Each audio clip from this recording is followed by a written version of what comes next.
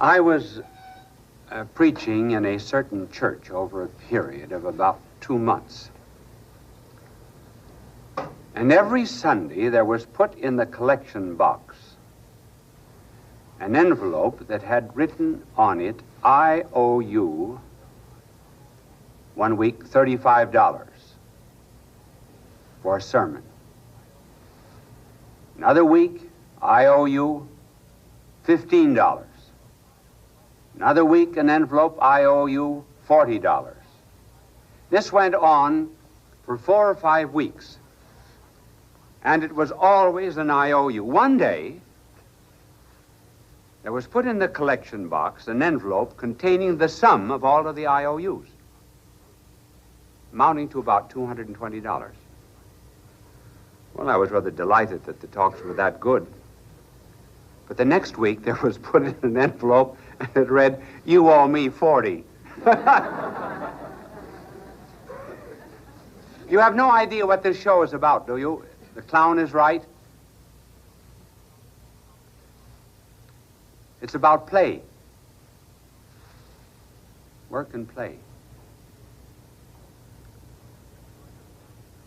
You remember the story of the boy on an airplane that was causing a commotion running up and down the aisles, and the stewardess said to him, little boy, would you like to go outside and play? The idea for this particular telecast came to me from an experience that I had as a boy, and many times. There was a vacant lot near where I lived, and a number of us boys used to play baseball on that lot. And maybe 1 or 2 times a week, the game would be interrupted by my mother calling me. And she would say, I want you to go to the grocery store and buy this and this and this. And I would always say, well, Mother, listen, why can't you wait until the game is over? She said, what difference does it make whether you're running to a grocery store or running around the bases? You know, I never could think of an answer.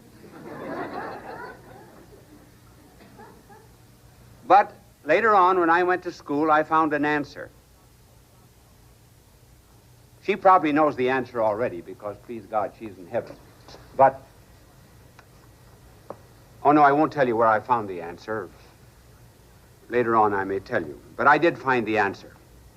And the answer was in the philosopher Thomas Aquinas. For those of you who are studying philosophy, you will know what this reference is. And you can look it up yourself. I'm not going to explain it. That's the reference in Aquinas. On play. What was the answer that he gave? The answer that Aquinas gave actually was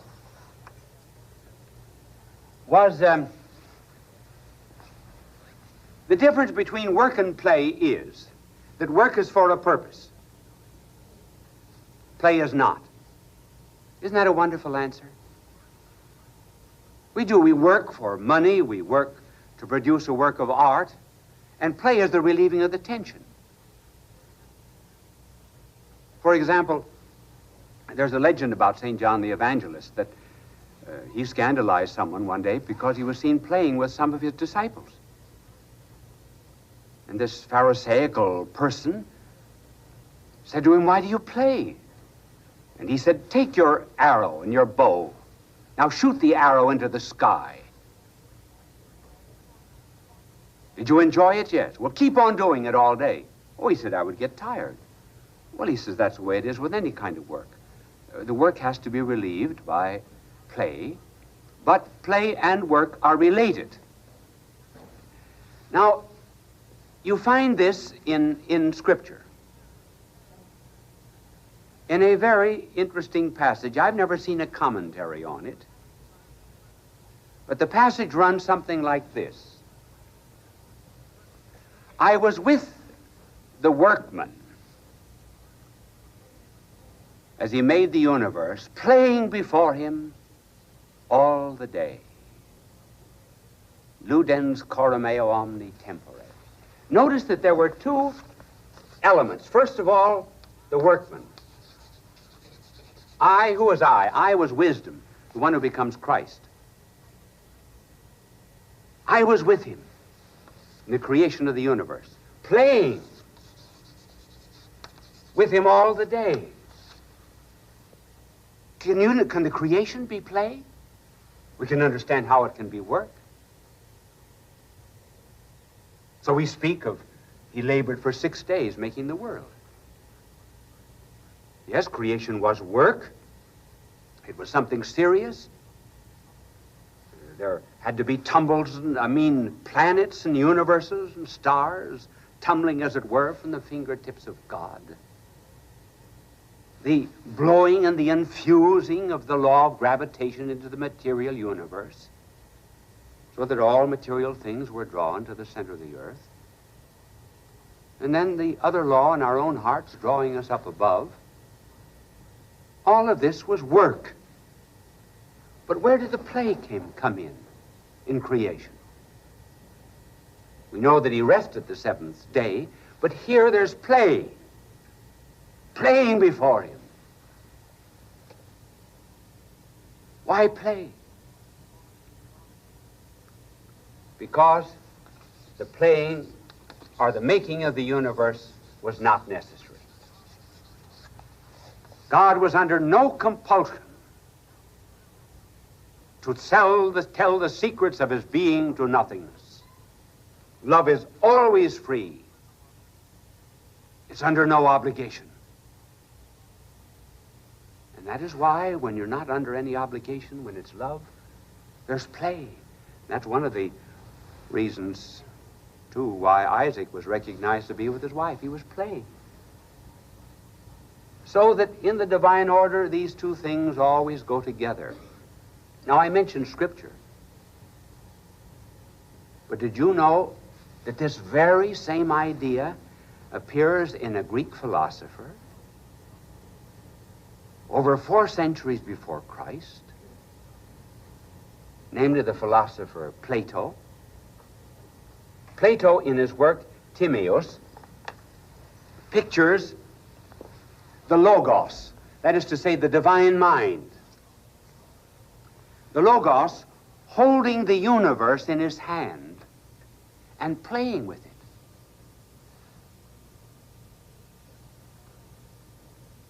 That's where the representations of the Middle Ages came from. Remember, we've often seen works of art in which the divine child is pictured as having an apple in his hand. Well, the apple stood for the world. And here is the creator, the workman, playing with his world. As a poet has put it, swinging the world, a trinket at his wrist. One finds this idea in Cicero, the great orator. Cicero said, whenever you're giving a serious discourse, every now and then introduce play. Something light. Let it distract, but never completely disturb the gravity of the discourse. There was an American poet, Father Tabb, who, picking up this idea of Plato, of Logos holding the universe in his hand and playing with it, and saying that the Logos, God, lost the little ball of earth and he came down to earth to find it again. Now, this idea, too, one finds also in Shakespeare. Shakespeare, in his, I think it's The Taming of the Shrew, says, haven't we any play to distract us from this terrible hour? The two, therefore, go together. Now, when they go together, we got a perfect picture of life. I haven't mentioned anything about the clown yet, have I? Don't worry, we got 14 minutes by the clock. We'll get to the clown. I'm saving that for the end. That's the light moment, you see, that Cicero said you introduce into a discourse. So that life really is made up of these two elements. It's made up of the tragic, and it's made up of the comic.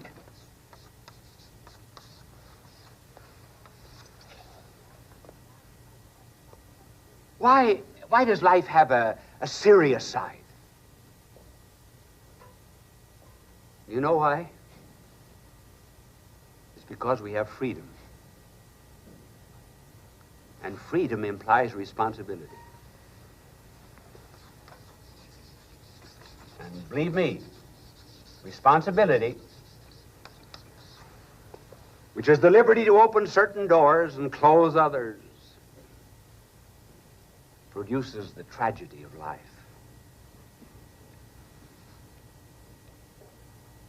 But life also has a comic side, a lighter side. What is it? It's life. How often we say, it's great to be alive. There's joy in living. And so from the notion of play, we get a true concept of what is life, the tragic and the comic. Now we're getting closer to the clown, but not yet. Who best describes this combination of life, the tragic and the comic?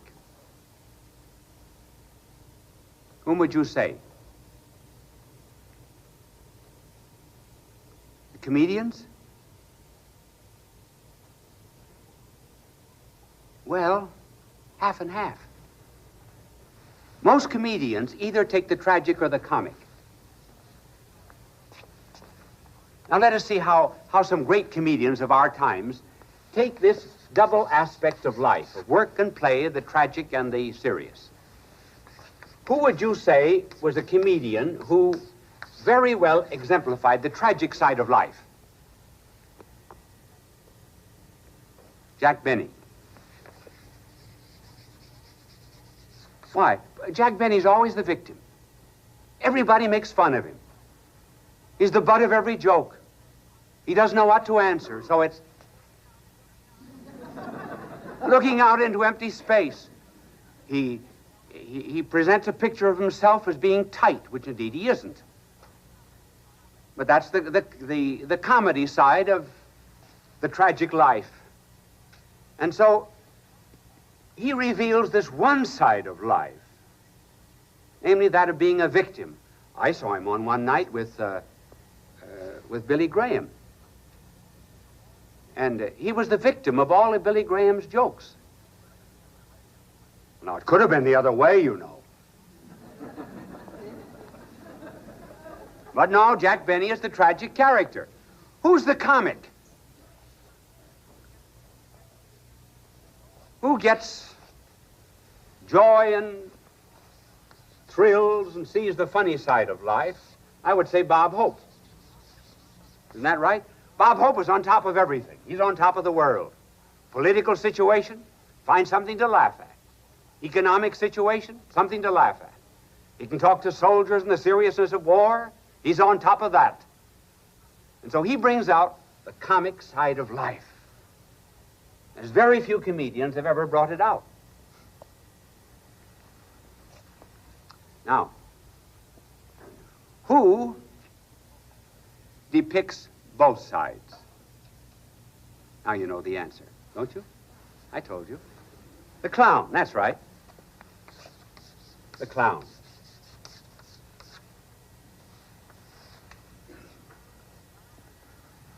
The clown is the man who combines within himself the serious and the light,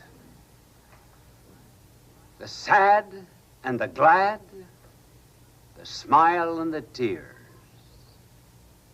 He has both. Look at Emmett Kelly. Sad. Did you ever see anyone so sad? And he's typical of almost all clowns. But with that sadness, there's also humor in the things that he does. A clown belongs to no social class.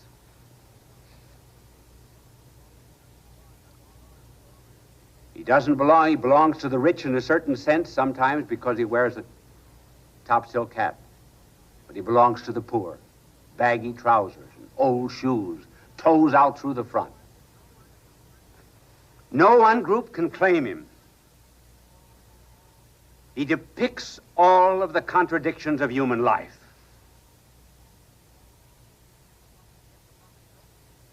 He is the butt of jokes. Someone else carries a plank across the sawdust ring, hits the clown on the side of the face. He's always being knocked over. But he does the same to others.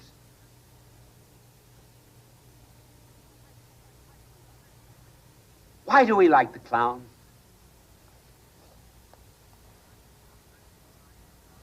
We like the clown because he's a picture of what we are. We're so dignified, and yet we can make such fools of ourselves. We are so proud, and yet we can be so frustrated.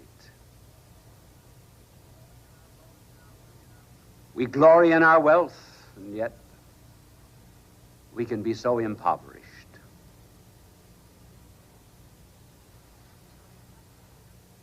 Charlie Chaplin was the great clown for a time.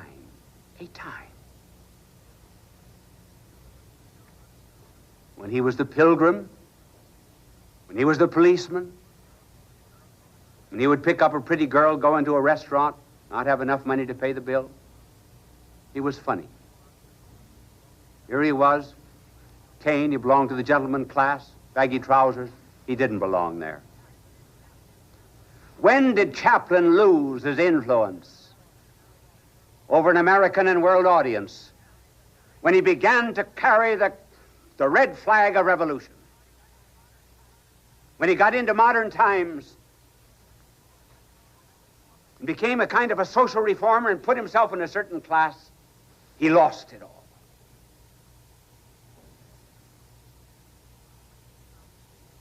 So what does the clown do?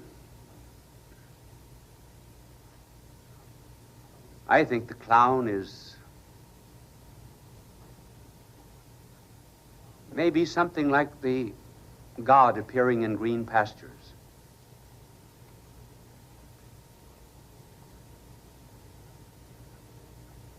He makes us ridiculous. He makes us laugh at ourselves. And there's only one time in Scripture where God is said to laugh.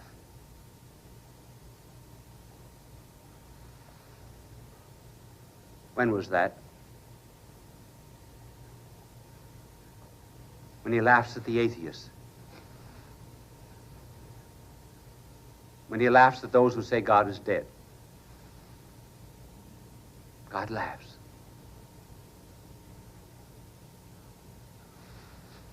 The clown is laughing at finite men who try to make themselves the infinite. He's laughing at the poor to make themselves rich. He's laughing at the rich who refuse to be poor. And God himself laughs in the same way.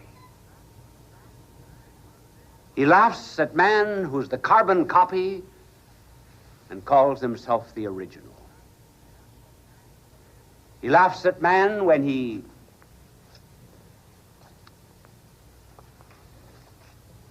wants to be the pendulum without the clock. And so the one person in the world that is the great poor man's theologian is the clown.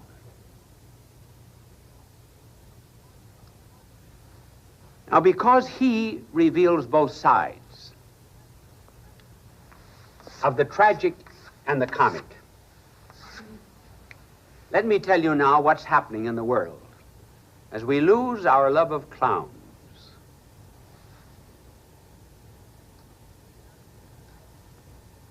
We have people today dividing themselves into two classes, something like the comics. But the comics are still comics, so they have a place in the world. But there are those who take the tragic side of life. Who are they?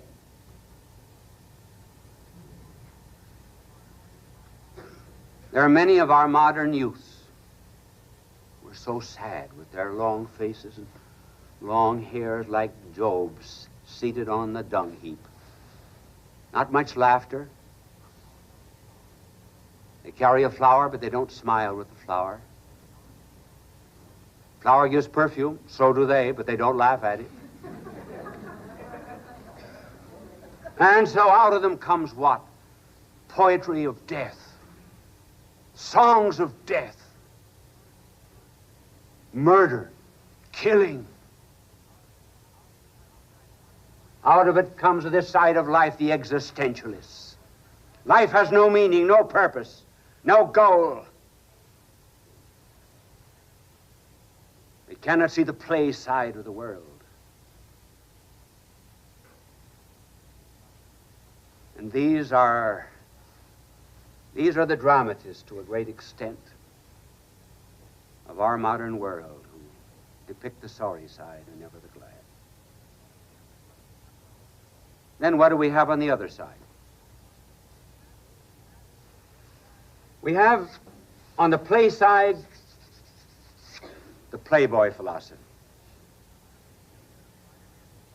There's nothing serious to life. I want to do it, that's it.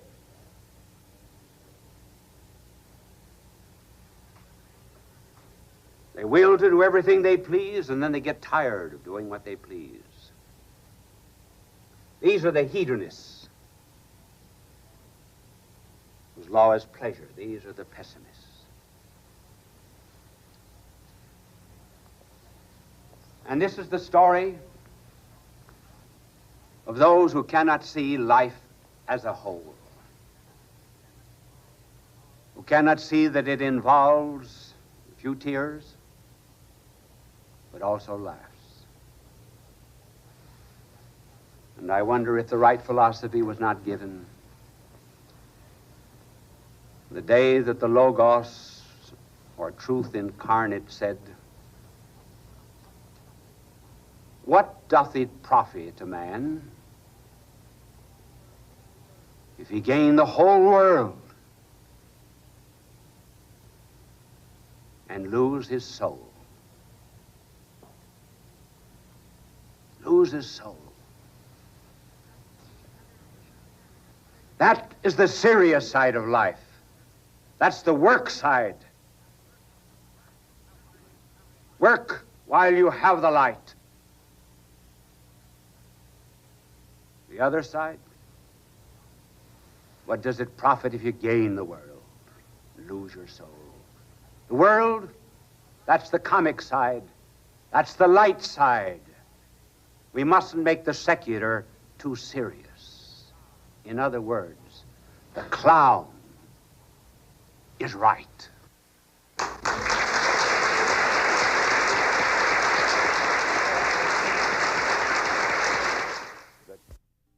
People of all faiths recognized Bishop Fulton J. Sheen as one of the greatest communicators of the 20th century. He was born in El Paso, Illinois, in May of 1896. As a young boy, he knew he wanted to be a priest. He served as an altar boy at St. Mary's Cathedral in Peoria, Illinois. At St. Viator College, his education and debating skills taught him the skills he used throughout his life. His unique ability at being natural and at ease in front of any audience was noted early in his ministry. He was ordained in 1919 and went on to become one of the best-known and greatly loved priests in church history. He wrote 96 books and hundreds of articles and columns. He broadcast numerous radio and TV programs. People from all faiths watched him on television because he spoke to every man. They always waited with joy for his goodbye, his blessing, "God love you." It continues to give us joy and memories. Bye now, and God love you. Bishop Fulton J. Sheen went to be with the Lord in December of 1979. Fulton J. Sheen, Requiescat in Pace.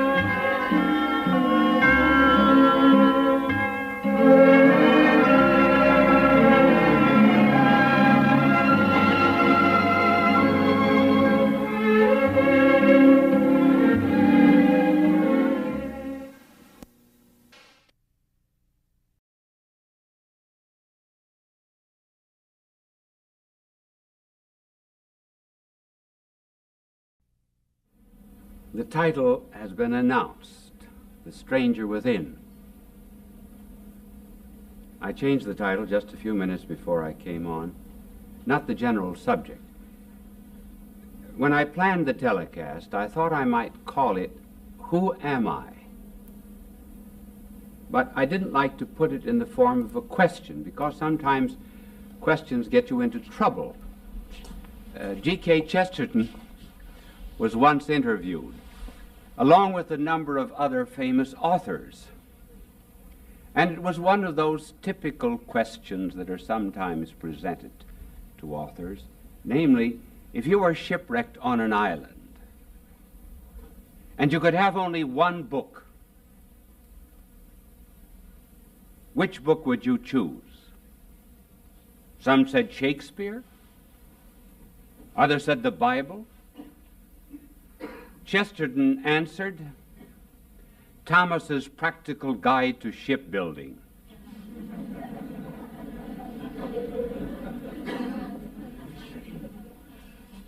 And I remember, too, I was once giving a lecture in a hall, and I was talking about not getting down in the mouth and so forth. And I mentioned Jonas, and someone heckled me for the audience and said, how was Jonas in the belly of the whale for 3 days? That was another question. I said, I don't know. I said, when I get to heaven, I will ask Jonas. He said, suppose Jonas isn't there. Well, I said, then you ask him.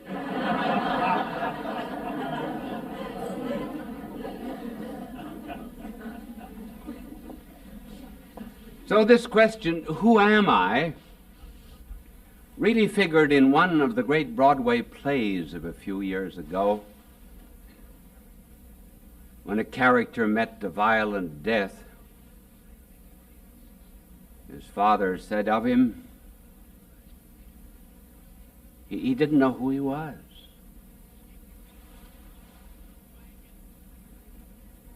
There's a kind of an amnesia that is going on in the world as regards human personalities.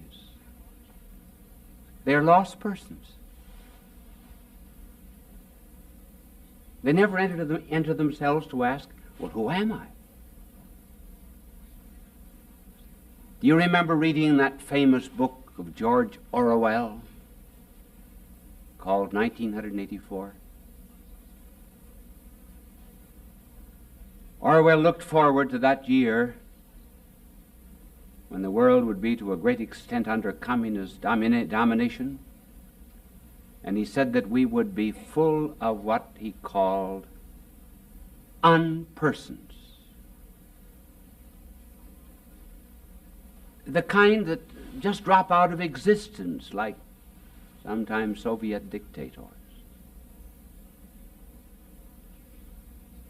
And we are, as a matter of fact, today almost made intelligible in forms of numbers, because we are asked, what is your telephone number?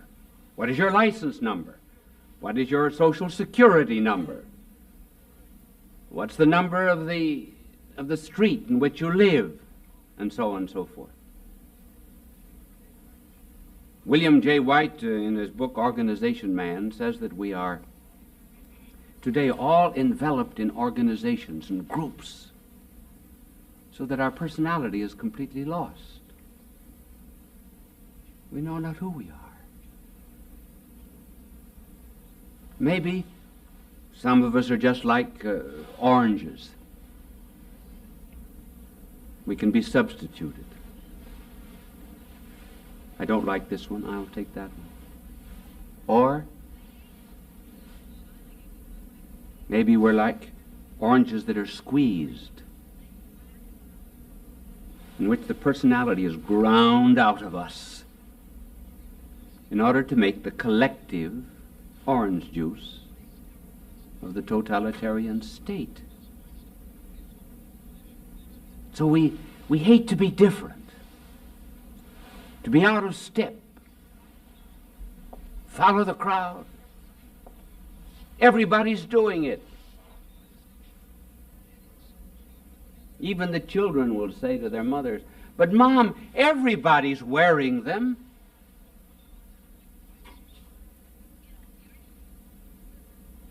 Well, when is it that we ever become conscious of ourselves? And answer that question.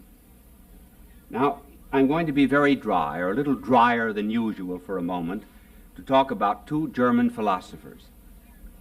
Now, the reason I talk about philosophers this way and say they are German is in order to make you realize that I am learned. You see, if I didn't mention German philosophers, you would think, well, he doesn't know anybody we don't know. So there must come moments in every telecast when one puts on this air of learning. Well, this German philosopher, rather a sad one he was, too. Heidegger. Heidegger said, one thing that makes us face ourselves is death. Because he said there is something opposite us, which is non-existence. And in the face of that, I must inquire about myself. And another German philosopher, equally sad, was Jaspers. Jaspers said, there are boundary situations too. Grief, agony, worry, fear, dread. All of these things, he says, make us ask, well, what's it all about? What role do I play in this drama? But I think quite beyond the seriousness of these German philosophers, there are other things too that make us forced to answer the question, and that is sometimes our satiety and our boredom. You know, that's going to be one of the effects of our era of carnality, is boredom, fed upness. If there was anyone who ever knew the excesses of a life of carnality, it was Lord Byron, a great poet. Remember the lines he wrote? My years are in the yellow leaf. The flowers and blooms of love are gone. The worm, the canker, and the grief are mine alone. There was a young man who went to see a Parisian psychiatrist a few years ago, and this young man said to him, I'm bored with life. I don't know why I'm here, what I'm doing. And the psychiatrist said, did you ever hear of Grimaldi? Yes, he said. Now he says, there is a man who's the leader of Café Society in Paris. Everybody knows him. He's the one who knows how to get fun out of life. He knows why he exists. You go to see Grimaldi and ask him. He will tell you. And the young man said, I am Grimaldi.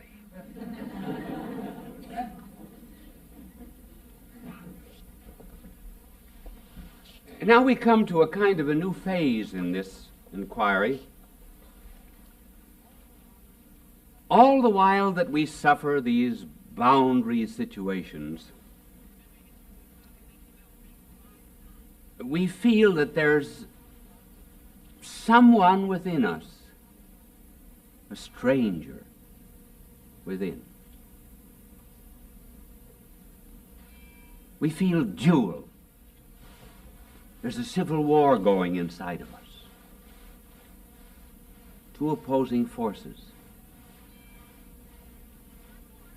As one professor put it, there's a me and there's a PhD. And even the old Latin Virgil poet put it, I see and I approve the better things of life. The worst things of life I follow. He knew this conflict that was inside of him. And so each and every person almost feels at times that there's a kind of a judge out there seated in judgment. And we have a sensation of praise and a sensation of blame. And this is quite independent of what anybody around us thinks. Oh, everybody else around us can say, that's right, and we know it's wrong. Or that's wrong, and we know it's right. There's a stranger inside. How to describe this stranger is rather difficult. There was a farmer who did a lot of corn stealing from the cribs of other farmers, and he took his son along. And he put the son as a lookout.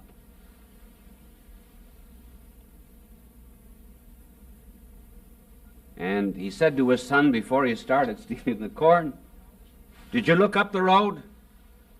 Yes, said the boy. Did you look down the road? Yes. Anybody coming? No. The boy said, but Dad, you better look up. And that's it. One has the feeling that someone is looking. Who this someone is, we do not know, but someone is looking. Someone sees.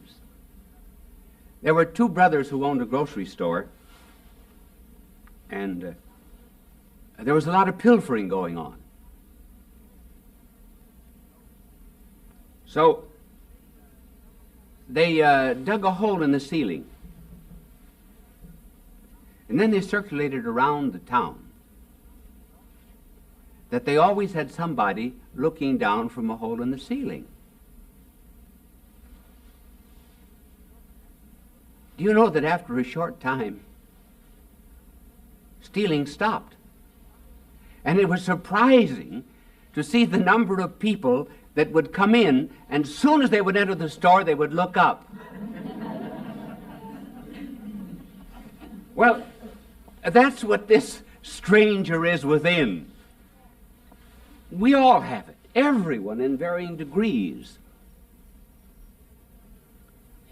I can remember when I was in college. Here was one where it was almost though the stranger without. We had night prayers about 8 o'clock, and we all went into the chapel, and hardly any lights in the chapel.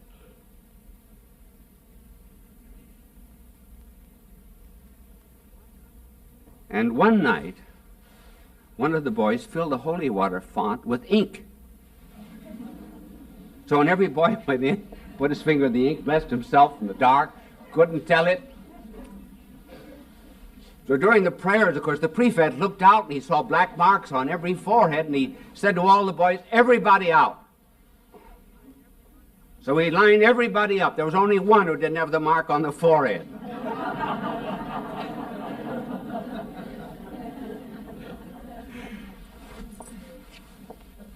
And I also know of a girls' college where there was a party one night. All of the college girls got together in the big fancy parlor where only rich visitors are allowed. Well, the next morning there were cake crumbs and soft drink bottles and everything scattered around the room. And the prefect, the next day, had all of the college girls walk by the parlor. And she pulled out 8 of them, and these 8 looked in the room as they went by. No one else looked. They gave themselves away. They had been in there the night before. And now to describe this stranger within, perhaps the best way is to say that there's an encounter that goes on inside of us. We're meeting someone. They, yes. Not always a sense of presence, but a kind of a sense of absence. We feel like a broken bone. When a bone is not where it ought to be, it hurts. And so too, when the mind and the conscience is not exactly where it ought to be, it gives a kind of a pain. And the stranger within is meeting us. Now, what's the nature of this encounter? Well, let me tell you the story of an encounter and historical fact. And we will come to the names as we unfold the story.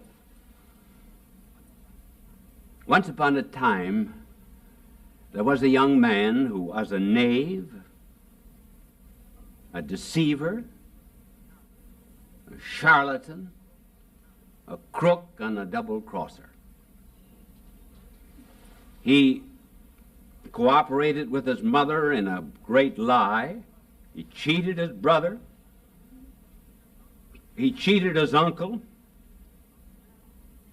And he seemed to forget all about it. But because his brother was in pursuit of him, he ran away to another country. His name was Jacob. And he stayed there for 20 years. And then he starts back. And all of the ghosts that he thought were buried now began to appear, because he heard that his brother was coming out with an army of 400 men to meet him. And he was afraid. His brother was Esau. He knew he had done his brother wrong. So, still the crook, what does he do?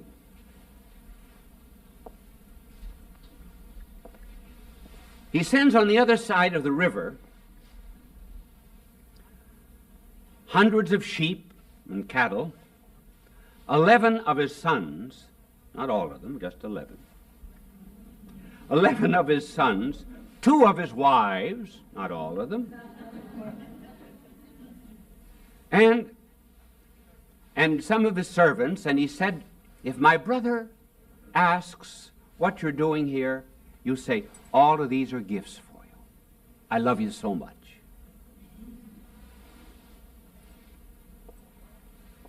So he lays down now to sleep. And he has a dream.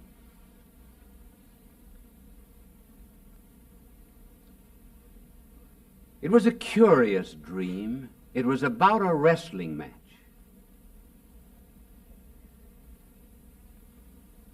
Maybe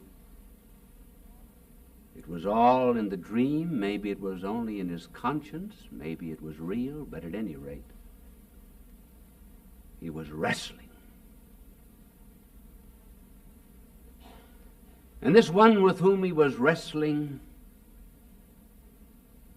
was a stranger, and they wrestled on through the night.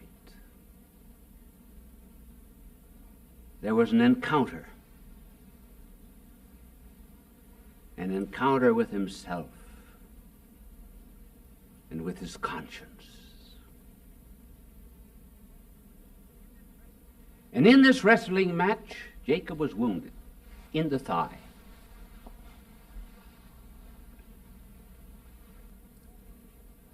This nature that he thought was so self-sufficient,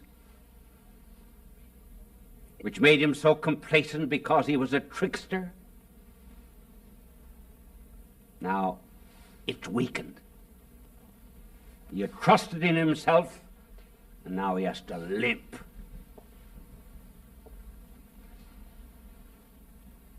But the wrestling match still goes on. And finally the wrestler says to him, "What is your name?" In other words, who are you? Face up to yourself. Answer the question, who am I? He said, "My name is Jacob." He saw himself, Jacob, the supplanter, the crook. In this wrestling match, suddenly there was an encounter with himself. He saw himself as it really was, but at the same time opposite this wrestler. And the wrestler says to him, "Your name is no longer Jacob. Your name is Israel." Israel. One who struggled with God. He was in an encounter with this stranger within. And here he's being praised for it and being told, "Now you know the stranger. Now you know the name of the wrestler. Now you know the one that you'll meet tonight."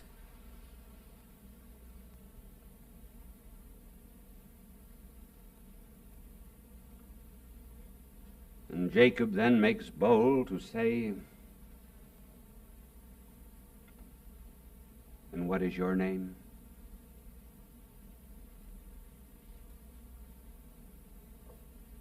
No answer. No answer. Why not? Why should not this wrestler tell his name? Well, because when you name anything, you seem to have a complete understanding of all that it is. You name a plant, you name a person. Oh yes, I know him, I know her, I know it.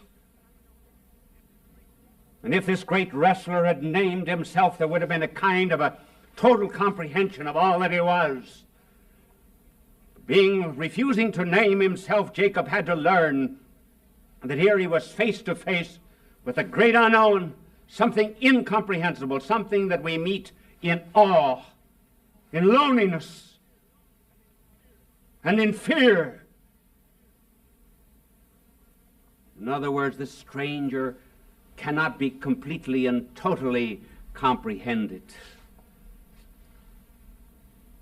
And Jacob finally came to know that this was wisdom within, and the wrestler said to him, "Let me go now, for the day is breaking." Why, if he was so strong that he was able to wound Jacob, did he ask to let him go? Because the wrestler's name was God. That is the stranger within. And he never stays unless we bid him to stay. In other words, there are two classes of people in the world: those who feel the presence of God and those who feel his absence as the stranger within.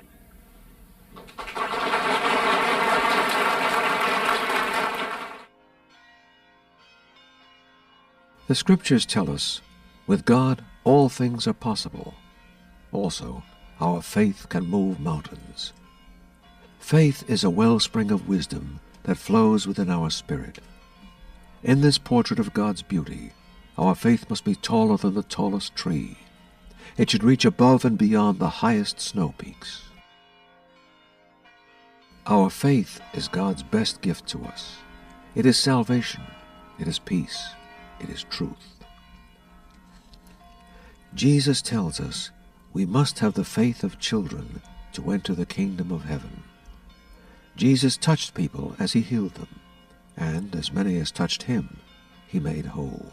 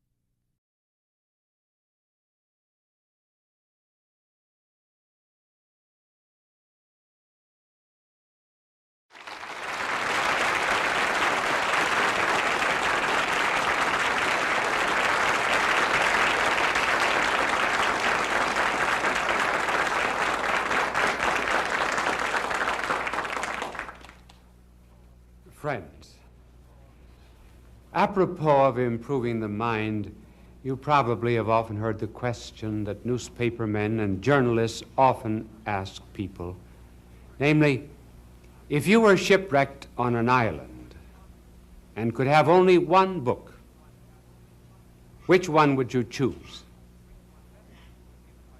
The best answer was given by G.K. Chesterton, who said he would like to have Thomas's Practical Guide to Shipbuilding.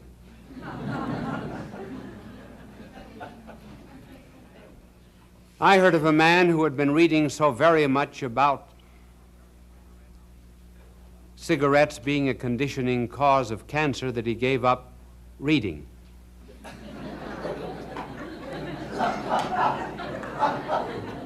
John, that was a second late. And there was a college boy who wrote home to his father and said, Dad, I'm going to save you a little money this year. You will not have to buy any more books for me. I've decided to take over last year's courses. One day, some horsemen were crossing the desert, and they stopped at an oasis for a drink. And a voice out of nowhere spoke to them and said, fill your pockets with pebbles. Tomorrow you will be sad and glad.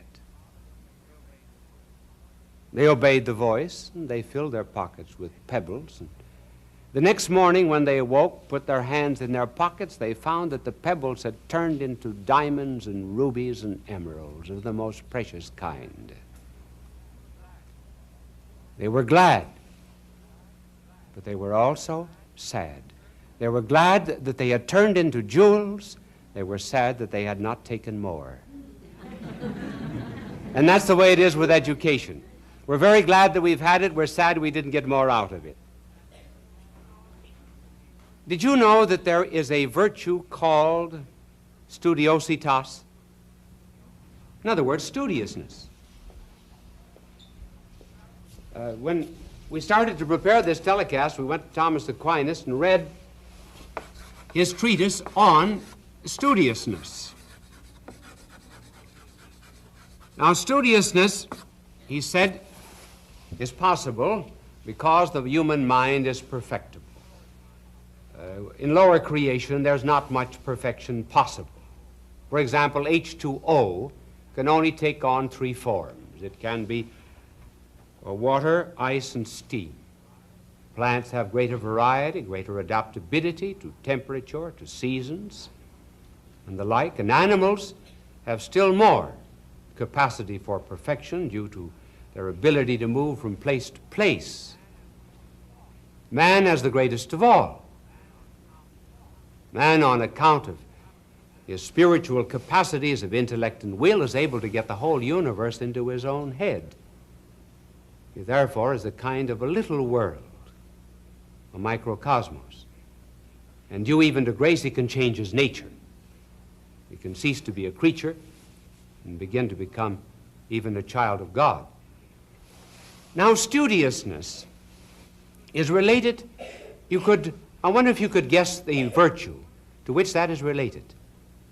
Temperance. Temperance, because Thomas Aquinas says we have 3 great passions and urges and inclinations. One is to eat. The other is sex. And the other is for knowing. Everybody's curious, men just as well as women. That's the reason we hate to have secrets kept from us. We were made to know. Now, these 3 urges can become abnormal. Food can become gluttony, sex can become adultery, and knowing can become pride. Hence the necessity of temperance to prevent us, one, from having too little, and on the other hand, from having too much. If, for example, we have too little, well, then we become lowbrows. Now, a lowbrow, of course, does not develop himself. If we do not develop our muscles begin to atrophy. And there is in us, there is in the universe, not only an evolution, but there's also a law of devolution. That is to say, we can not only go up, but we can also go back. A white fence does not always remain a white fence. Leave it alone and it ceases to be white. It may even become a black fence. Darwin tells the story of a number of pigeons that were brought by a bird fancier to a very high degree of perfection of color. And then he turned them loose on an island, went back and found that in 10 years they had all changed into a dull gray slate color. They had degenerated. So it's possible for the mind to degenerate. It has been established statistically, think of this, that 61% of the adults of the United States during the past year did not read a single book. Do you know how much time the average adult spends on television? He spends 3 hours and 20 minutes a week on TV.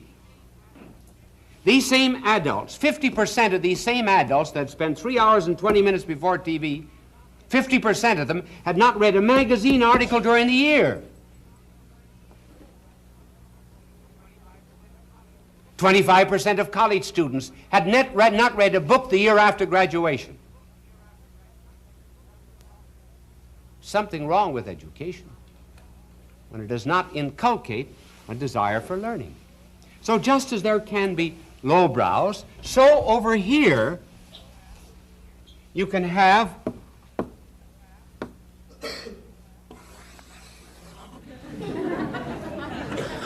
eyebrows.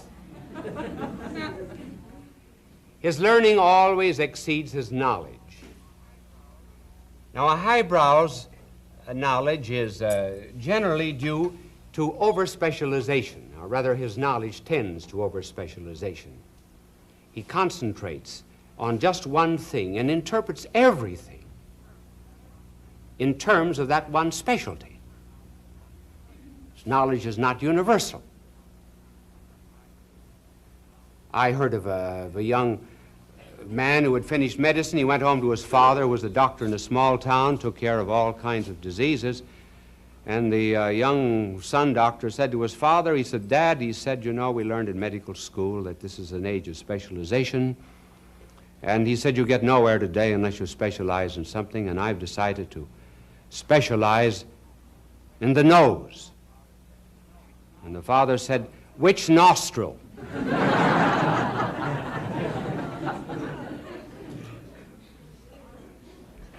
Darwin confessed to the ill effects of specialization. He said, "I've spent my life in one specialty of science," and he said, "I'm very sorry to say now that at the end of my days I've lost all appreciation for poetry and art and good literature, which I enjoyed when I was young and in the university." H.G. Wells once wrote a fantasy on the moon men. We call them the sea lights. And he pictured them all as developing one organ that was in accordance with their specialty. For example, those who just studied music and refused to learn anything else besides music, they were all ears. Glass blowers were nothing but lungs. And chemists had long noses. And scientists were carried around in sedan tubs. They were nothing but globs of intellectual jelly. And one of the ill effects of becoming a highbrow, and this is another mark of him, is he has no use for the common people. That's when knowledge begins to spoil you, when you've lost touch with the common man. Horace, the Roman poet, was that way. He said, I hate the common crowd, and I avoid them." Now these are the two extremes of studiositas. Now let us suppose now that we concentrate on how to improve the mind by a proper use of the virtue of temperance. There are three suggestions. The first suggestion is, in all reading and in all study, taste.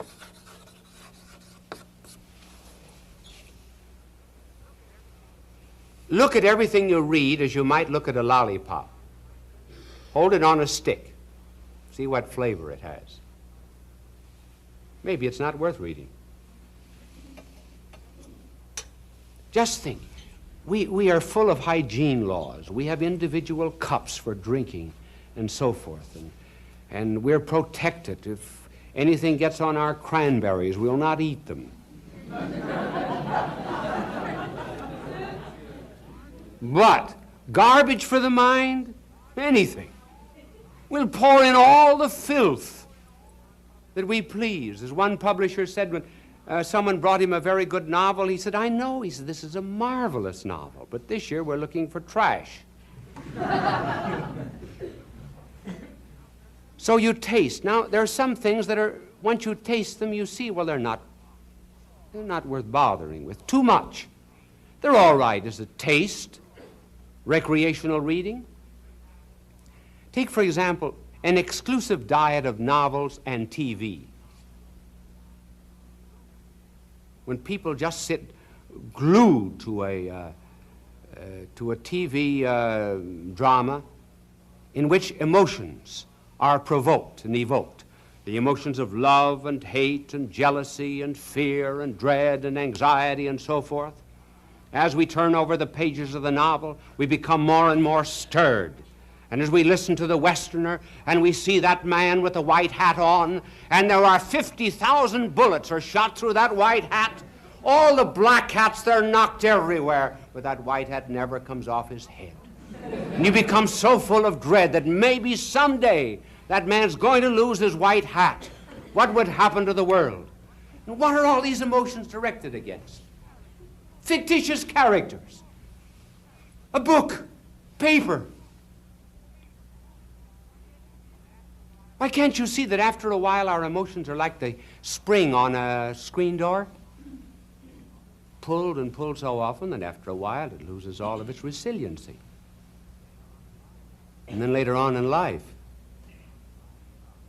there come real objects and problems toward which the emotions of love and hate and anger and justice and so forth should be aroused. But they become so jaded, so exhausted, so emasculated by being pulled at artificially that they're no longer aroused. And that is why in the face of social injustices, dishonesties, affecting one industry after another and politics, we remain cold. Our emotional life is gone. That's one of the evil effects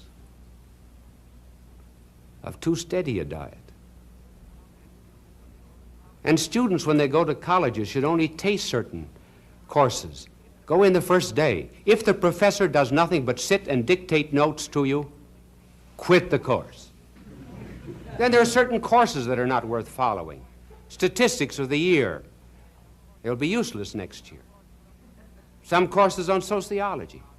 You could get more out of a book in a hammock in an hour than you can out of a course of that kind in 6 months. Taste them. If you do not like them, throw them aside. Then next, chew.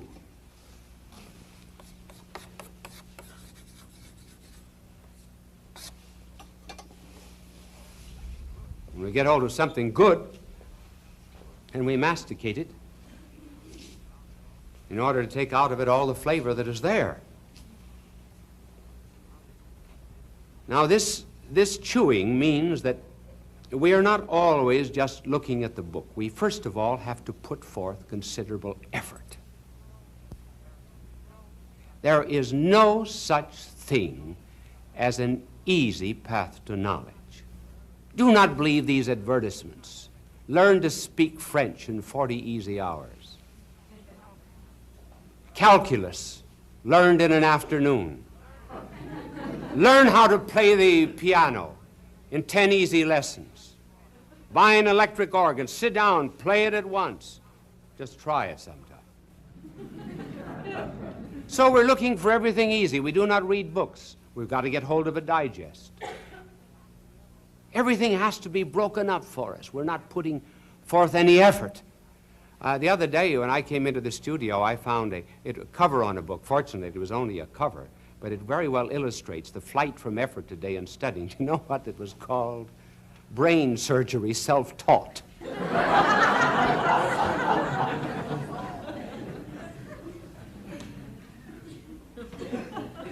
So we are not, therefore, always to be looking at the book. We have to get away from it and meditate on it.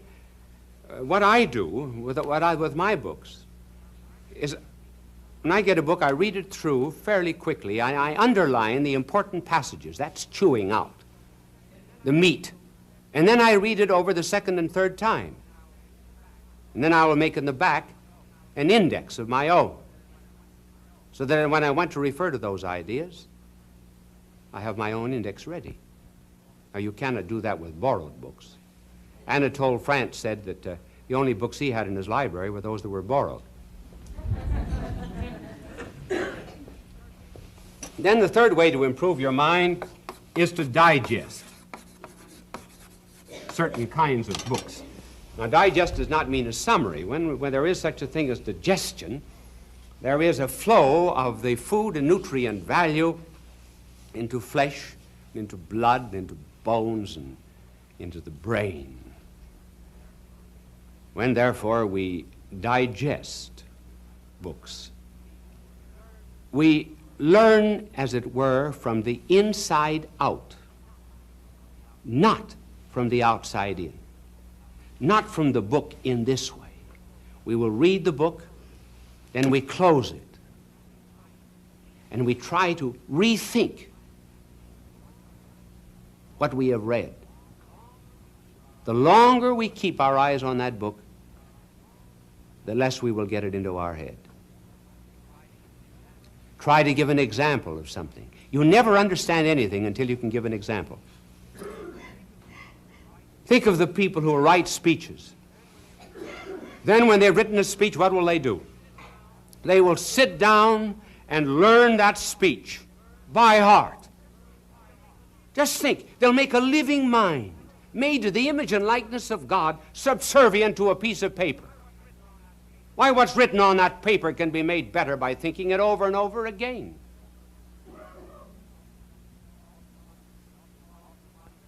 It's often wondered how I can get up here and talk for a half hour and not use an idiot card or teleprompter. It's really very simple. Just simply get ideas into your head.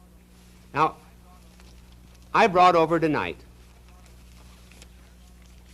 there is the telecast of tonight, right there on that yellow paper. It's written in flesh and blood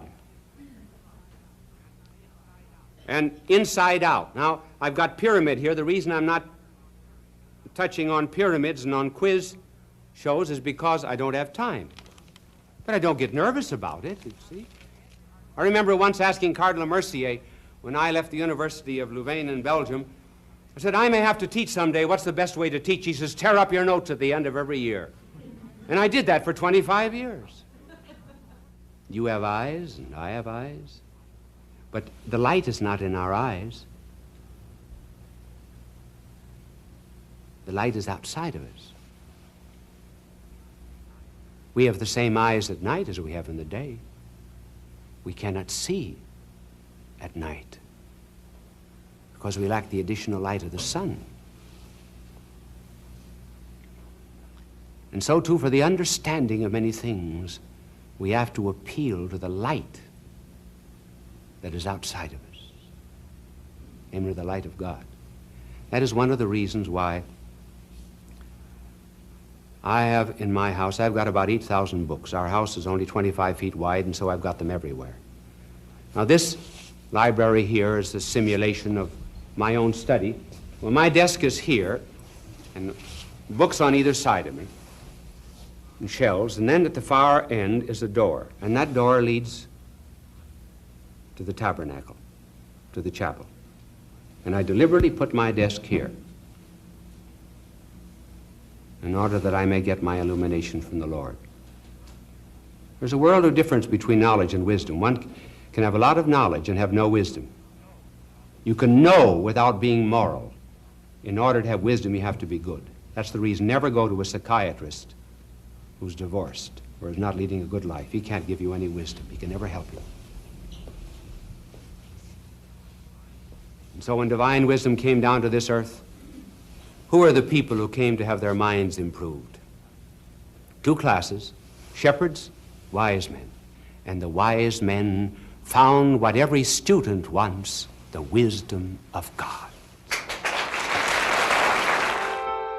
Fulton J. Sheen is indeed a man for all seasons.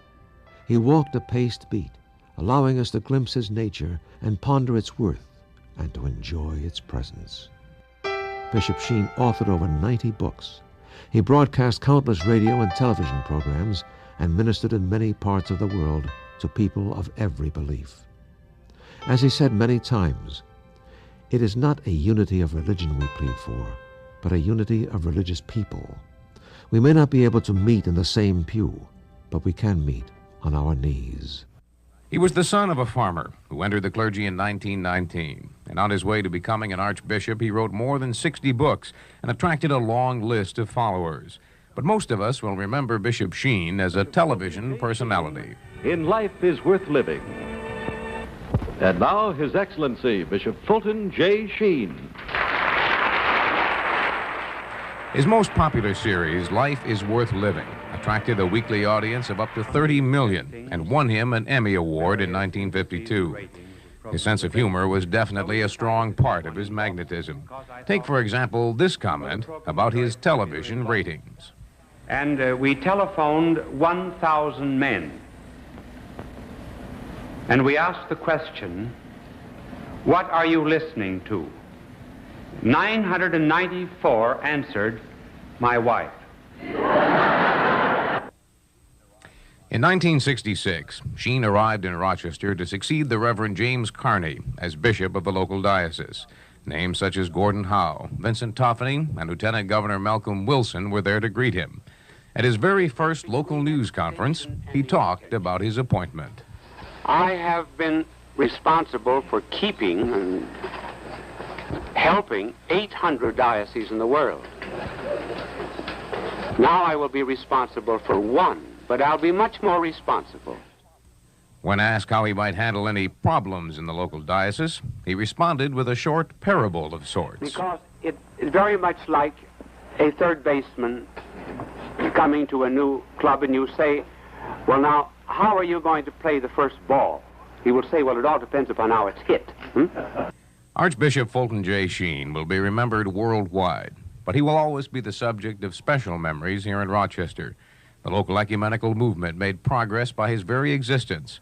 Because of his international reputation, Catholic and non-Catholic alike claimed him as their own. No one could ask for a more fitting epitaph.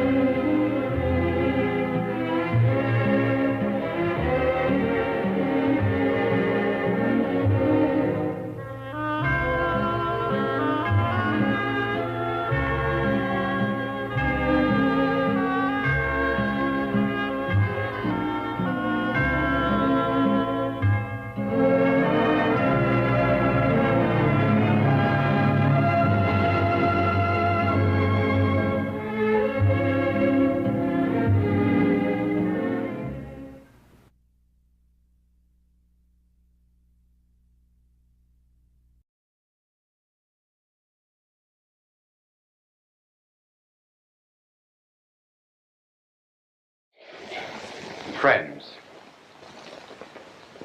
since our subject this evening is women who do not fail, perhaps we are entitled to tell the oldest story in the world about women and against them. The story is about Adam after the fall of man.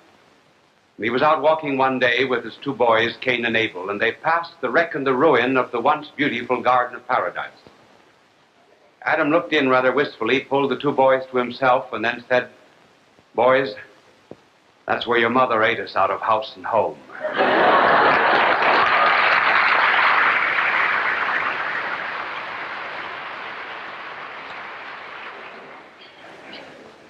Then as the centuries went on, man found it rather difficult to be without a woman. G.K. Chesterton could hardly keep an engagement without his wife. One time he sent a telegram to her that read, I'm in Manchester, dear, where ought I be? The level of any civilization is always the level of its womanhood. And the reason is, when we know something, we always bring it down to our own level. That is why we have to explain things to children, by bringing it down to the level of their minds. But when we love something, we always have to go out to meet it. For example, if we love music, we have to meet the demands of music. If we study a foreign language, we have to follow its laws. Even if we study ping pong, we have to meet its requirements, too. Now, inasmuch as woman is loved, it follows that the nobler a woman is, the nobler a man will have to be deserving of that love. That is why the level of any civilization is always the level of its womanhood. And women who do not fail can be broken down into three different categories. Those that cover, first of all, the women who do not fail in the social, political, and economic order. Secondly, women who do not fail in the home. And thirdly, women who do not fail in their preservation of spiritual values for civilization. First of all, women who do not fail in the social, political, and economic order. That immediately brings up this question. Does professional life harden a woman? It is sometimes asserted that it does. This is not true. There's nothing in professional life to harden any woman. Does it happen, however, that women in professional life sometimes do become hard? Yes, but that is due to other factors. A woman becomes hard only when she loses an opportunity to manifest those specifically feminine qualities of sympathy and kindness and tenderness. Every woman in the world was made to be a mother, either physically or spiritually. And here we're not talking of physical motherhood, we're speaking of spiritual motherhood. A woman in professional life is happy when she has an occasion to be feminine. The man is the guardian of nature, but a woman is the custodian of life. And therefore, in whatever she does, she has to have some occasion to be kind and merciful to others. She cannot look at a limping dog.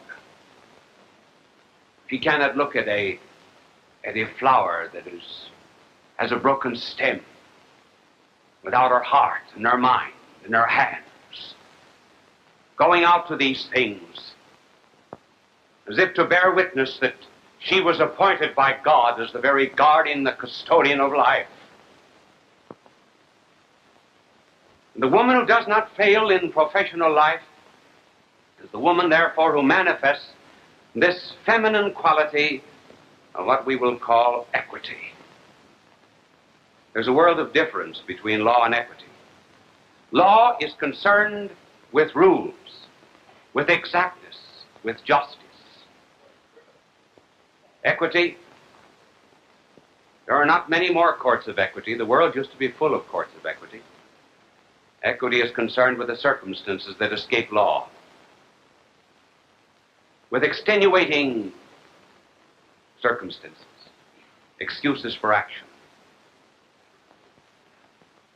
Equity always finds some reason for not being too strict and too rigorous.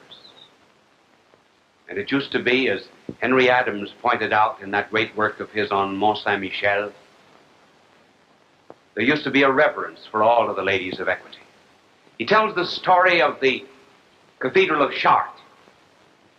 And he pictures on one side of this great cathedral magnificent windows that were put up by one of the great families of France, the family of Blanche of Castile. And then on the other side of this cathedral were another set of windows that were put up by the family of Pierre Dreux. They almost seemed to be carrying on the Civil War across the vault of that cathedral. And Henry Adams said, there on the main altar, there stood the statue of Our Lady of Equity, listening, as it were, to the disputes, but with mercy and kindness and tenderness, symbolized by the holding of a babe in her arms. She was reconciling the conflicting parties. And if a woman does not have an opportunity in her working hours between 9 and 5 to manifest those feminine qualities of tenderness and meekness and gentleness, then she will have to find occasion afterwards. That is to say, from 5 o'clock on. Then she keeps normal. Then she keeps feminine. Then she keeps happy. I was thinking the other day why we have such a very happy office. I think the reason is that everybody who is there has an opportunity, though they're doing somewhat the same work that is done in every other great office in America, typing, mailing letters, receiving letters, and the like. They're happy because they know that everything they do is associated with helping, as we did last year, 63 million sick and orphans and aged and lepers throughout the world. It's a wonderful sensation to enter into any kind of work and to realize that you know that mankind is better simply because you made some contribution, even in a commercial way. Women of this kind are always happy. Here are the women who do not fail. And then there's the second type of woman who does not fail, and that is the mother. Here we speak of physical motherhood. The mother and the wife. Every mother is the bearer of God's gifts to man. She adds a new dimension to the love of husband and wife. She does most in the production of what is actually the mutual incarnation of the love of husband and wife, namely a child. And then there comes mothercraft, or the teaching of obedience to children. We hardly ever hear of obedience anymore in our modern world. And yet obedience is the condition of wisdom. And mothers who do not fail to be mothers always teach their children wisdom through obedience. Now, how is that done? Well, take a scientist. A scientist, if he's ever to know nature, has to sit passively before it. He does not give nature its laws. He says to nature, here I am sitting before you. You teach me. I will learn from you. To just the extent that he is obedient, he is wise about the laws of nature. And then when he has the laws of nature in his own mind, then he can convert them into technical power, into the progress of civilization. And so it is with a child. When a child is obedient, he learns wisdom. Not only the wisdom that comes from the experience of parents, but the wisdom that comes from the moral and religious training they give their children, but also the wisdom that comes from tradition, for the family is that which perpetuates the tradition. When the child has finally acquired that wisdom by obedience, then later on, he can use that wisdom for his own perfection and out of his own freedom, but he has to obey first. And the real mother who does not fail is in relationship to her child like a wheat field is in relationship to a grain of wheat. That grain of wheat is normal, it's sane. Why? Because it's rooted, it's fixed in tradition. It's in communion with the earth and communion with the sun and the stars and the rain.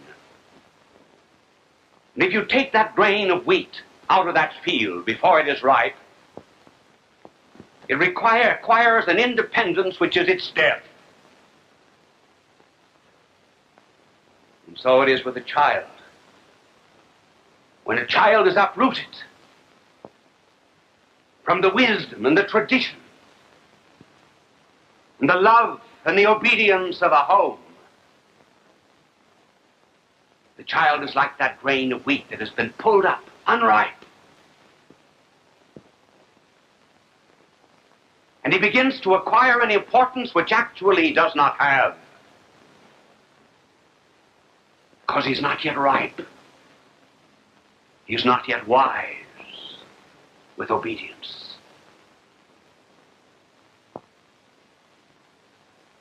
And because there are so many children in our modern world that have been uprooted, Without mothers of that particular kind, they insist on speaking to their elders before they have learned. They are asked to speak on international and social problems before they have learned that great wisdom that comes from obedience and a knowledge of tradition. They command before they have learned to obey.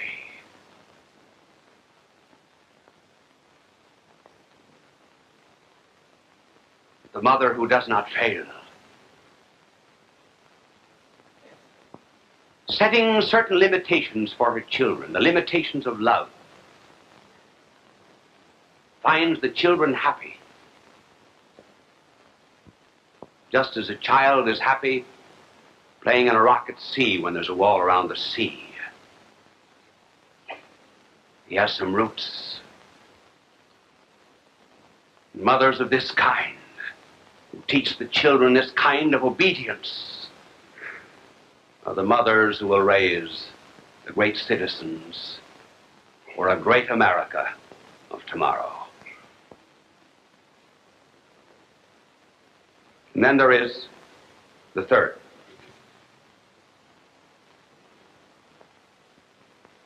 And they are the women who preserve the great spiritual values for civilization. It is rather difficult to tell precisely everyone in a complete way just what they do for the world.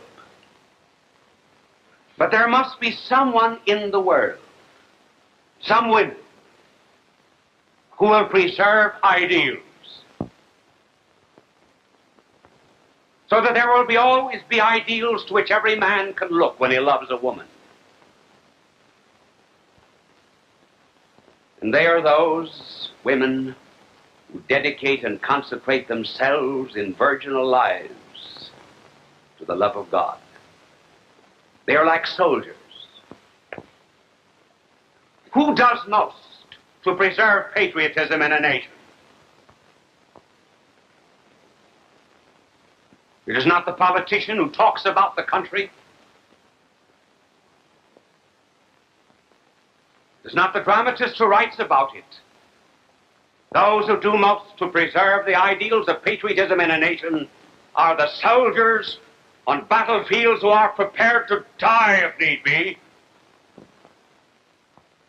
in order to manifest to other citizens that other values are unnecessary, that other values are unimportant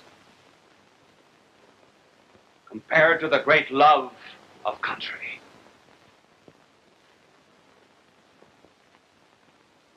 Now, should there not be women who will do for love what soldiers do for patriotism?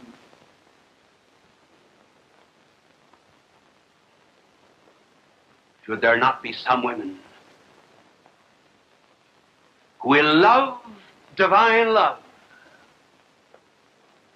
so deeply and so profoundly that they will sacrifice all lesser loves in order to preserve for a weak and sinful and possibly sex-minded world the real understanding of love?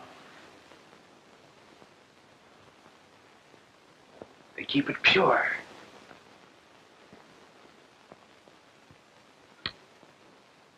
We can readily understand why any young woman, for example, should love a human heart that decays.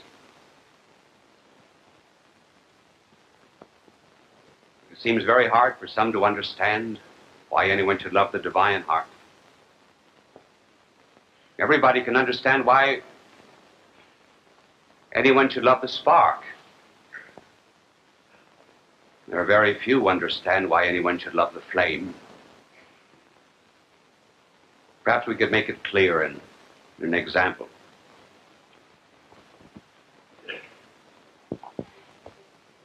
Here's a rose. This rose has its own father, its own mother. its own hopes and aspirations for the future. When there was rain, it had its own tears. When there was sunshine, it had its own smile.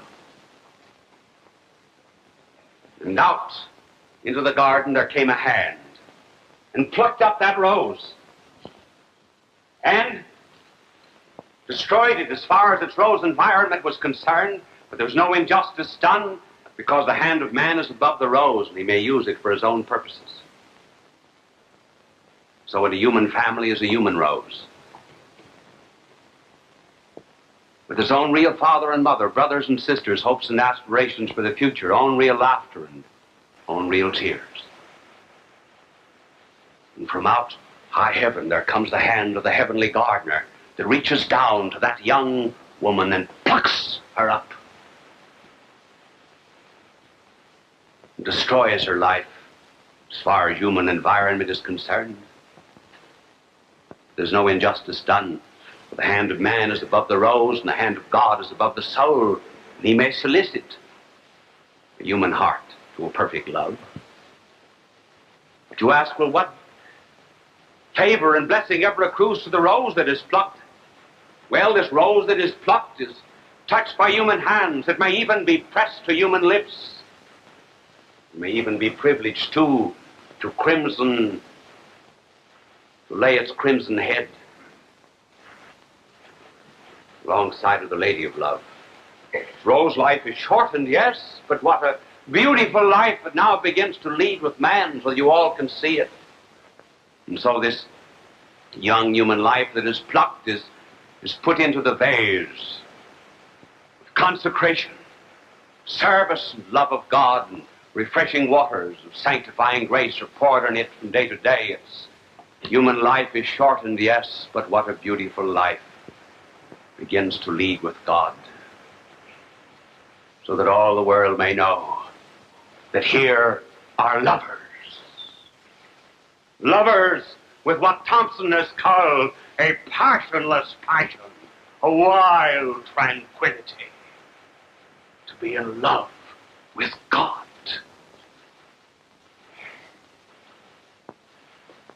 These are the women who do not fail.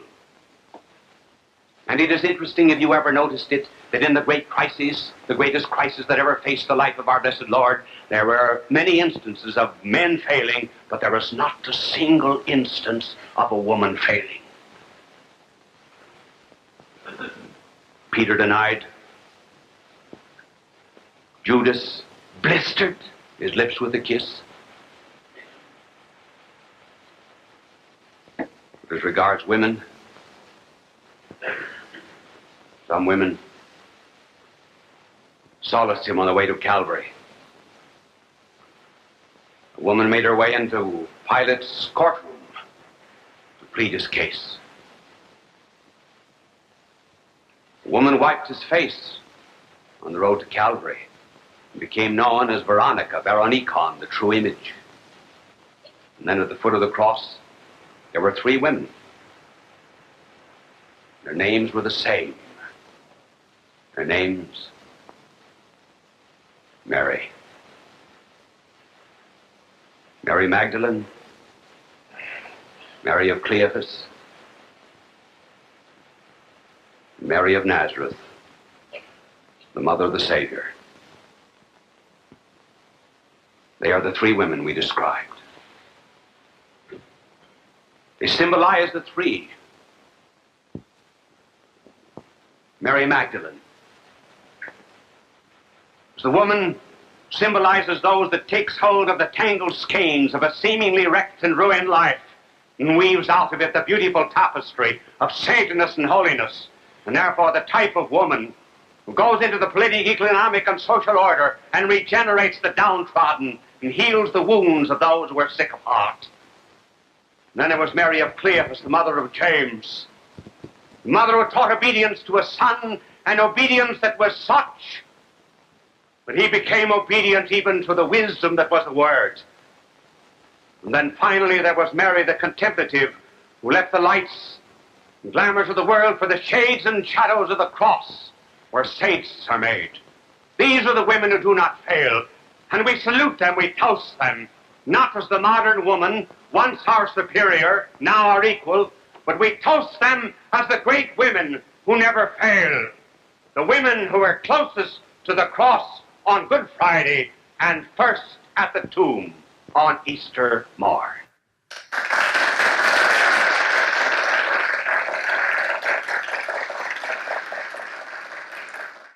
People of all faiths recognize Bishop Fulton J. Sheen as one of the greatest communicators of the 20th century.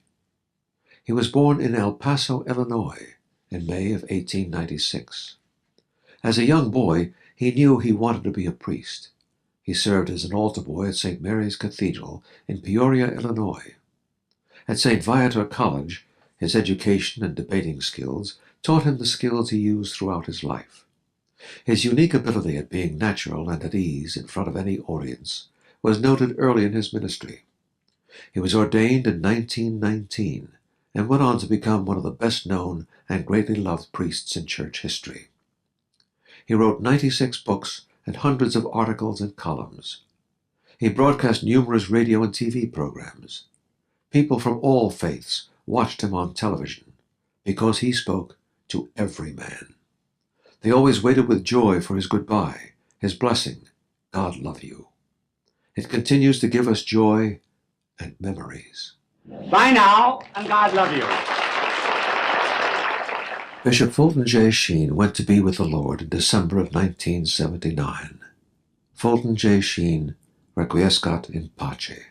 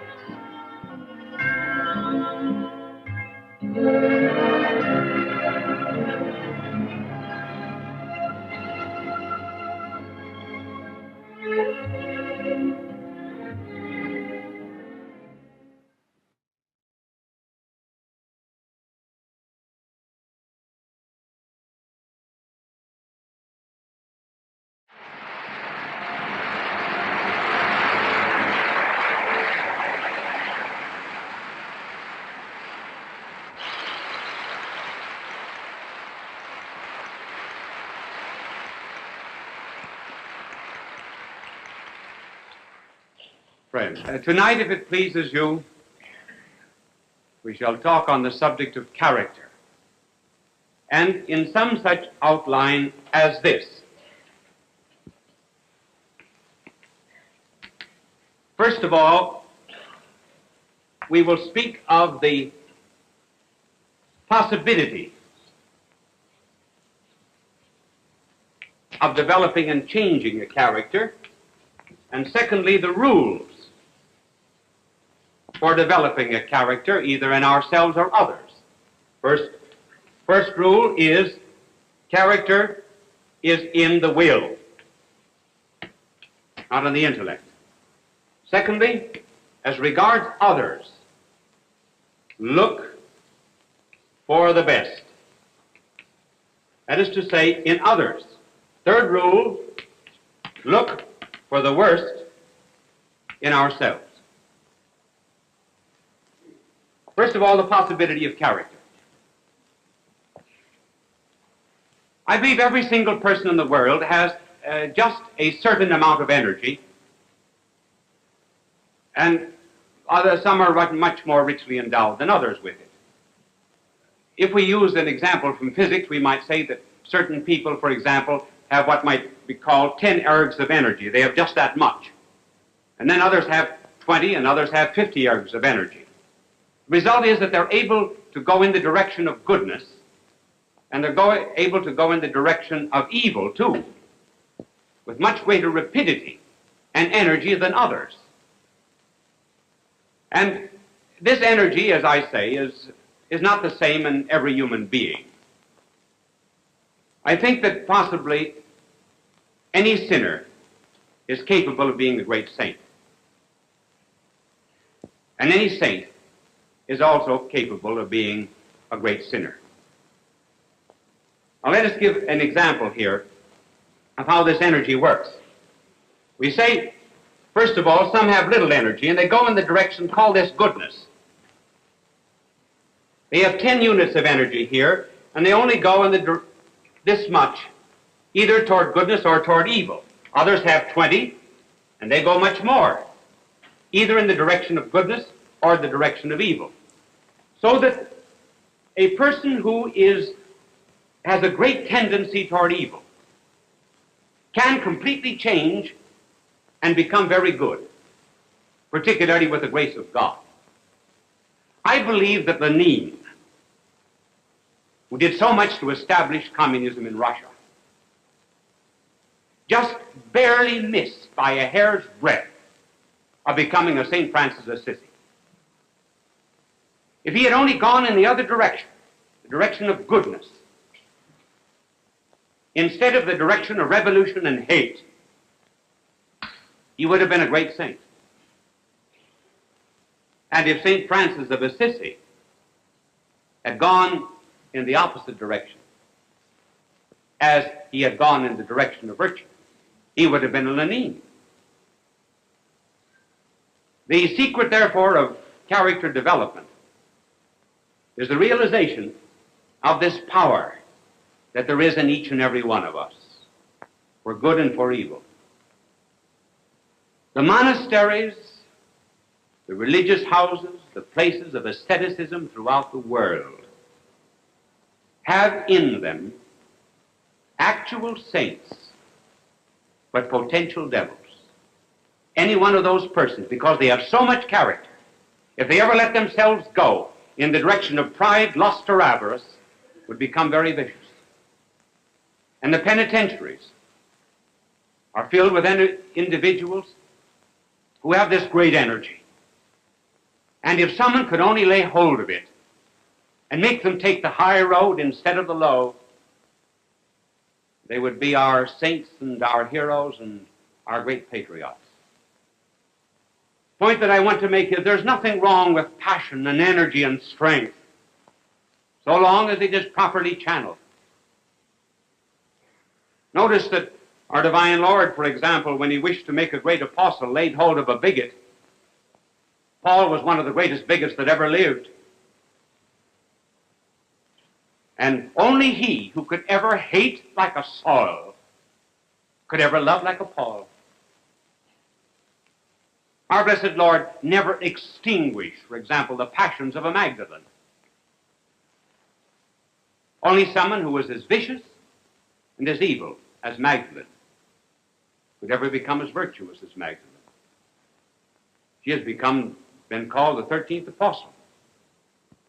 Her life has been such an inspiration in bringing men to goodness. Now, though some of us do not have as much energy than others, let us not forget that a person with only 10 units of natural energy can surpass a person with 100 units of natural energy if he calls upon God for an added source of energy, which God will give him on certain conditions. Then we can overcome all of the defects of our nature. And that power or energy of God is given freely, gratis. That is why it is called grace. Which brings us now to the rules for character development. One of the first rules of character training is to remember that character is in the will and not in the intellect. The intellect, or the brains, or the mind, is the seat of knowledge. The will is the seat of choices, loves, motives, and responsibilities. Almost all of education today is directed to the communication of knowledge and not to the development of character. It is the mind that is changed, that is trained, rather than the will that is developed. And every decision that we make, every deed that we perform, almost every word that we say, goes into the making of our character, either for good or evil. You remember seeing icicles form? And a drop would fall upon the tiny little icicle and add to its substance and its quantity, and then more drops. And if the drops that fell were pure, the icicle itself would be pure. If the drops that fell were soiled and dirty, the icicle itself would be dirty. And so it is with character. All of our decisions pour down into its making. And if they're good acts, we turn out to be a good character.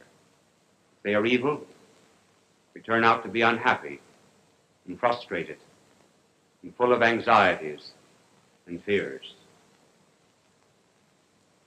This will of ours is really the only thing in the world that is our own. God can take anything else away from us. He could take away our health, any wealth or possessions that we might have. The one thing that he leaves us, always our own, is our will.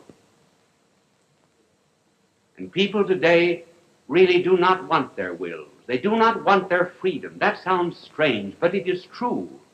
The tendency today is to shift responsibility for decisions onto something else.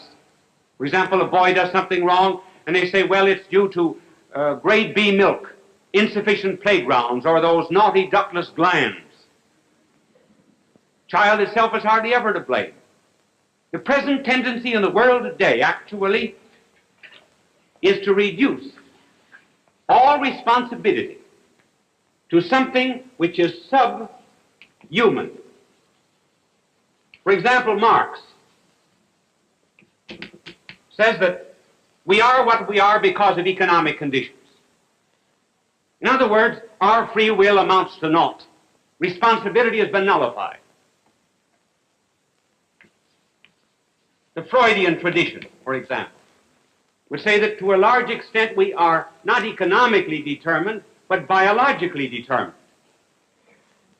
And then it is felt that if we can ever bring to the surface something that is hidden down here, just bring it to the surface, that we will be cured and we'll be good and normal. No, that does not follow.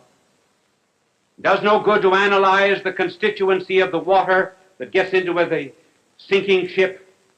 You do not explain the oak simply by analyzing the rotten acorn from which it came. The real seat of character is here in the will.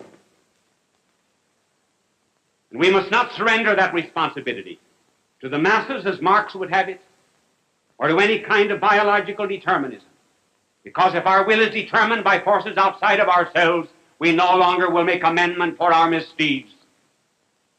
And no character will ever grow without a constant resolution toward amendment. Character, as a matter of fact, is made by very severe discipline. You've seen a sculptor at work on marble, and the sculptor will first of all take a heavy chisel, and then will cut away great, huge chunks of marble. And then, with more delicate blows, he will begin to bring out the image until finally perhaps all that is needed to reveal it is just the brush of a hand. And in the training of character, we have certain tendencies in us that are evil, that have to be every now and then repressed. And no one single blow or act will do it. And we have to take this mallet of our will, this chisel of our determination, and we knock off huge, great chunks of selfishness. And then, later on, with more refined detachment and asceticism of the spirit, we finally come to a point where our character is really revealed and we appear as we ought to be and as God intended us to be. So rule number one, then, His character is in our will. Rule number 2, and this applies to character training in others. We must always look for the best that is in others. When people are down because they have sinned, because they have made a mistake, or because life is against them, or because they consider themselves failures, there is nothing that is more important than to give them the helping hand and to be, in their regard, an apostle of encouragement. There is something good in every single person of the world if we would only just lay hold of it. And notice that was what our blessed Lord did when he went to the well, tired and thirsty, one day, and a woman came out at noon to draw water. It was very unusual for a woman to come and draw water at noon.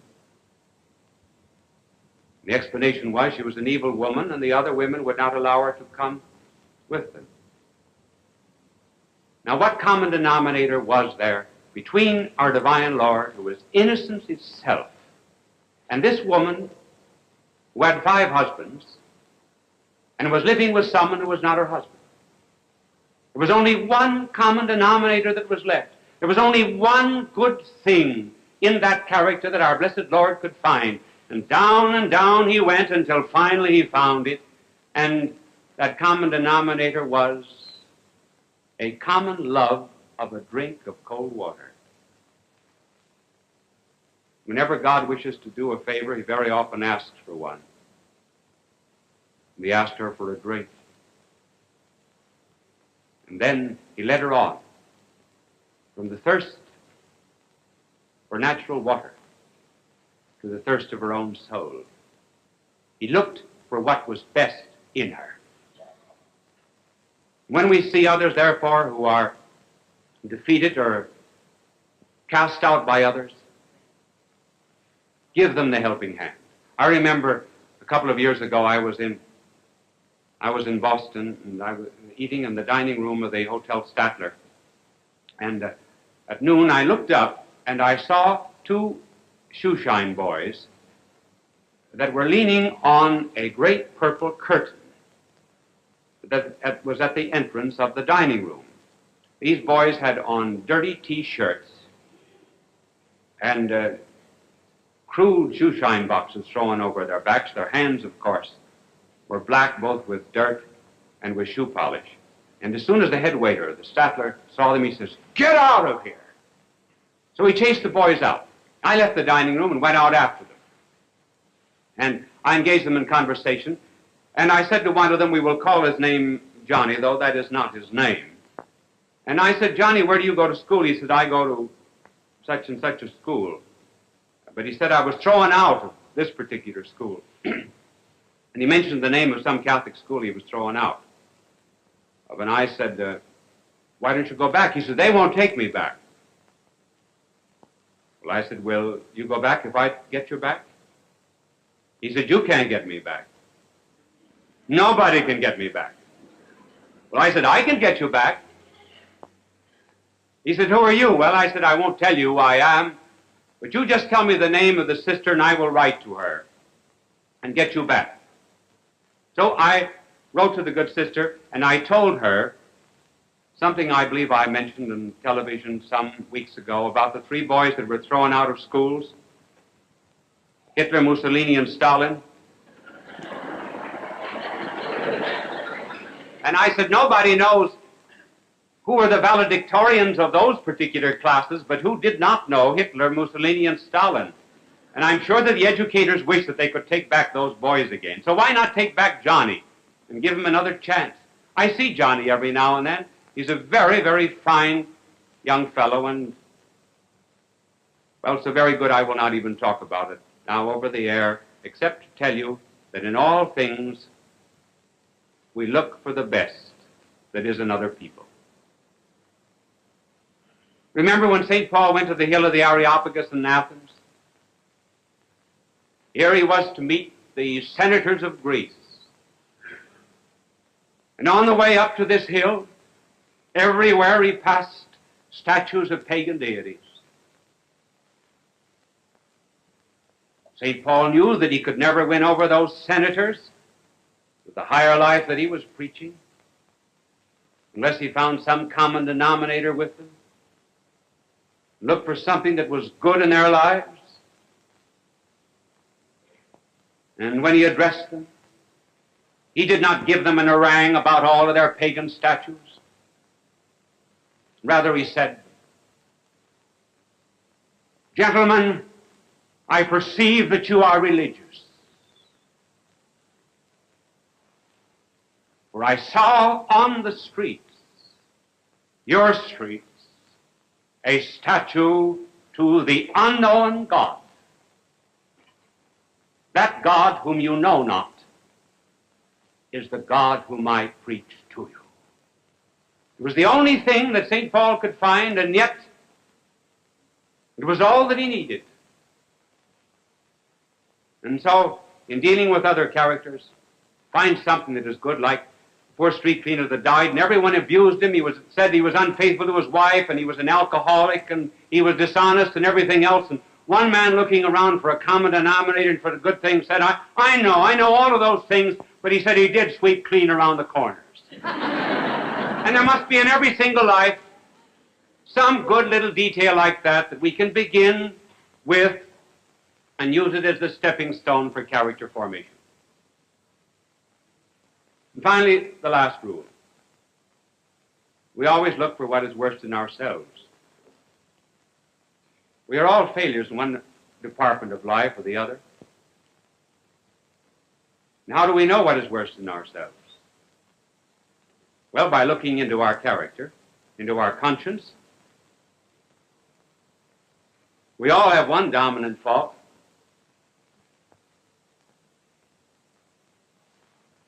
The 7 pallbearers of character, or the 7 dominant faults, are easy enough to analyze. They are pride,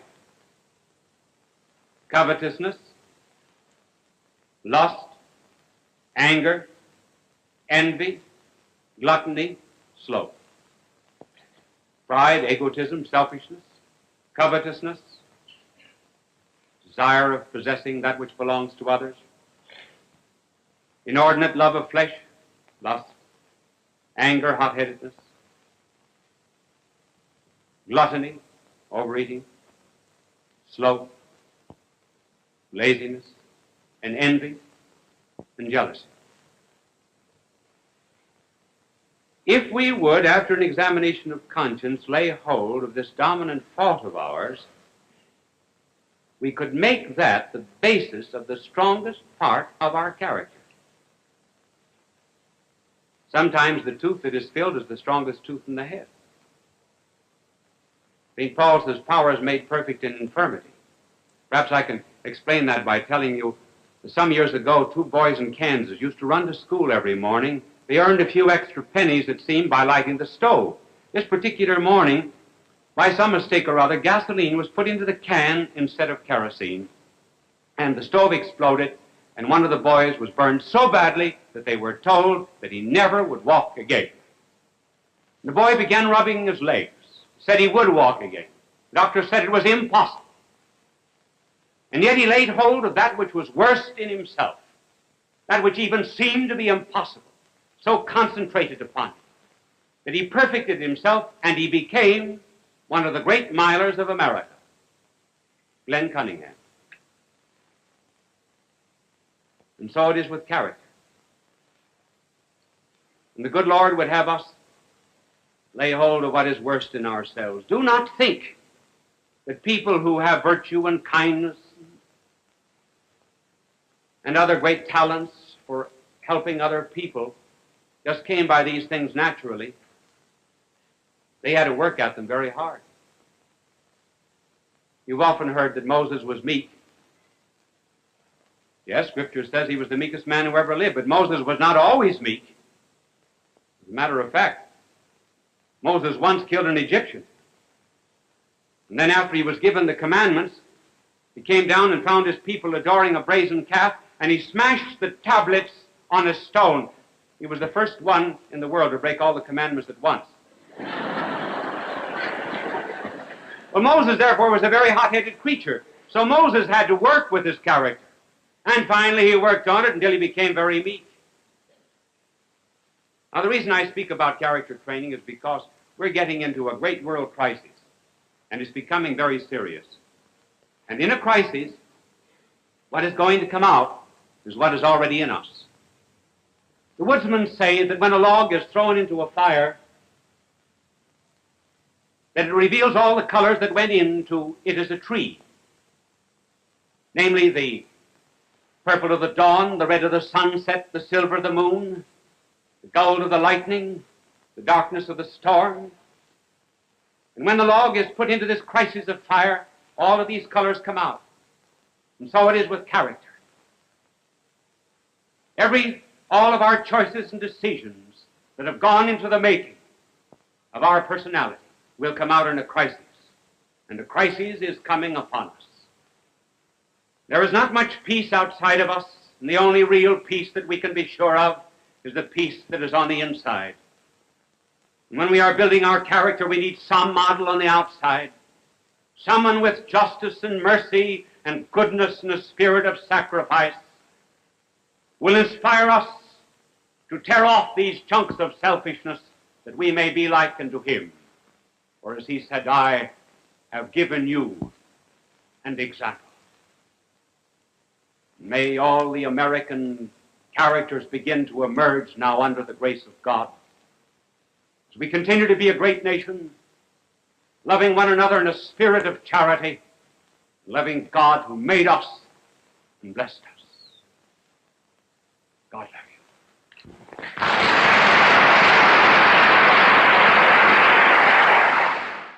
People of all faiths recognize Bishop Fulton J. Sheen as one of the greatest communicators of the 20th century.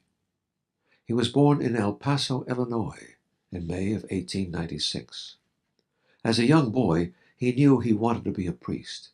He served as an altar boy at St. Mary's Cathedral in Peoria, Illinois. At St. Viator College, his education and debating skills taught him the skills he used throughout his life. His unique ability at being natural and at ease in front of any audience was noted early in his ministry. He was ordained in 1919 and went on to become one of the best-known and greatly loved priests in church history.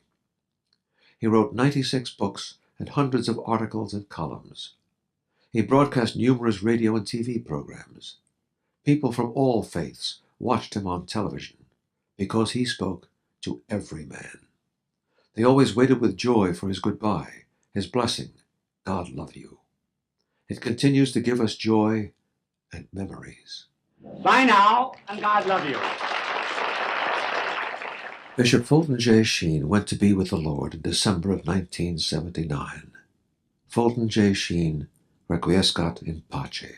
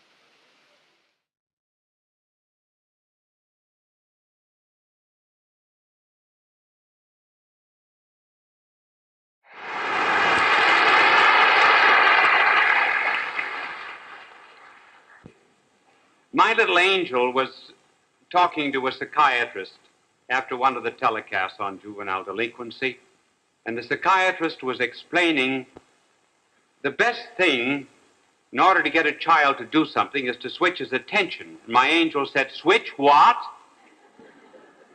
Everything in the American home, you know, is controlled by a switch except children.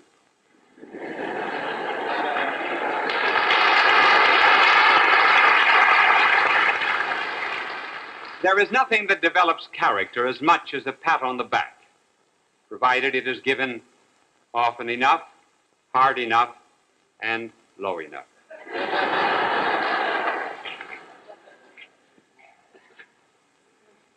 We were to say something. I was looking to see where the lights were. Do you mind turning this red light around here so I can see it? That's right. Thank you very much. I get so nervous when I can't see these lights.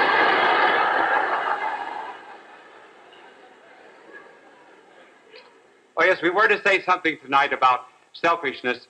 I'm sure that you've noticed, for example, that a child has no lag between its demands and its satisfactions. That is why a child cries so readily. Now, very often, people never get out of the state of being an infant. And just as soon as they have a craving for something, they want it immediately satisfied. Take, for example, how often a man says he wants a cigarette, and he wants it then. He cannot defer it. The only time he will put off not having a cigarette possibly is when the lighter doesn't work. The spirit is willing, but the flash is weak. Wouldn't it be a wonderful idea if these people, for example, would now and then just deny themselves one cigarette, which is about a penny, and send it to me? I could give it to the lepers. One cigarette a day. I'll take pennies anytime. And then there is, of course, also the vanity. You heard about the girl, didn't you, who got an engagement ring and she wasn't sure that anybody noticed it? And finally she said, "My, it's hot in here. I think I'll have to take off my ring."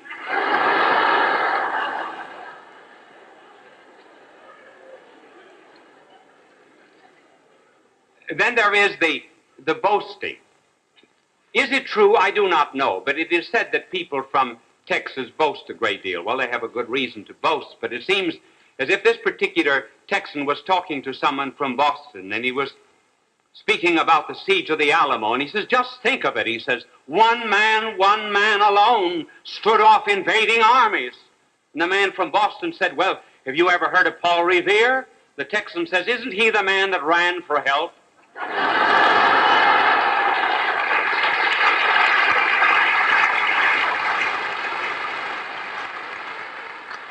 There's no need of talking about selfishness. We're all familiar with it, and the fact that there is a philosophy that is a little too dominant, namely that we are here only to have pleasure, and that pleasure is happiness, and that we should never deny ourselves, and that self-control is a philosophy that is passé. As a matter of fact, there's another philosophy, and that philosophy is first the fast, and then the feast. You see, that's opposed to the philosophy I've been describing. First the feast, and then the hangover. The hangover is the moaning after the night before.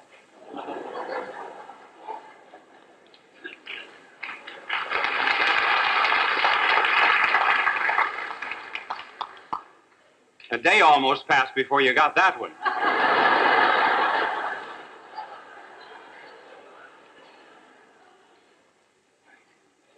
In addition to this philosophy of being other-possessed, there is the philosophy of self-possession. Many people are other-possessed. They may be possessed by some passion, may be possessed, for example, by alcoholism or some evil habit. That means that just as soon as the stimulus is presented, they immediately succumb. Now, there is another philosophy, which is the philosophy of self-possession, in which one is captain and master of his own fate and destiny.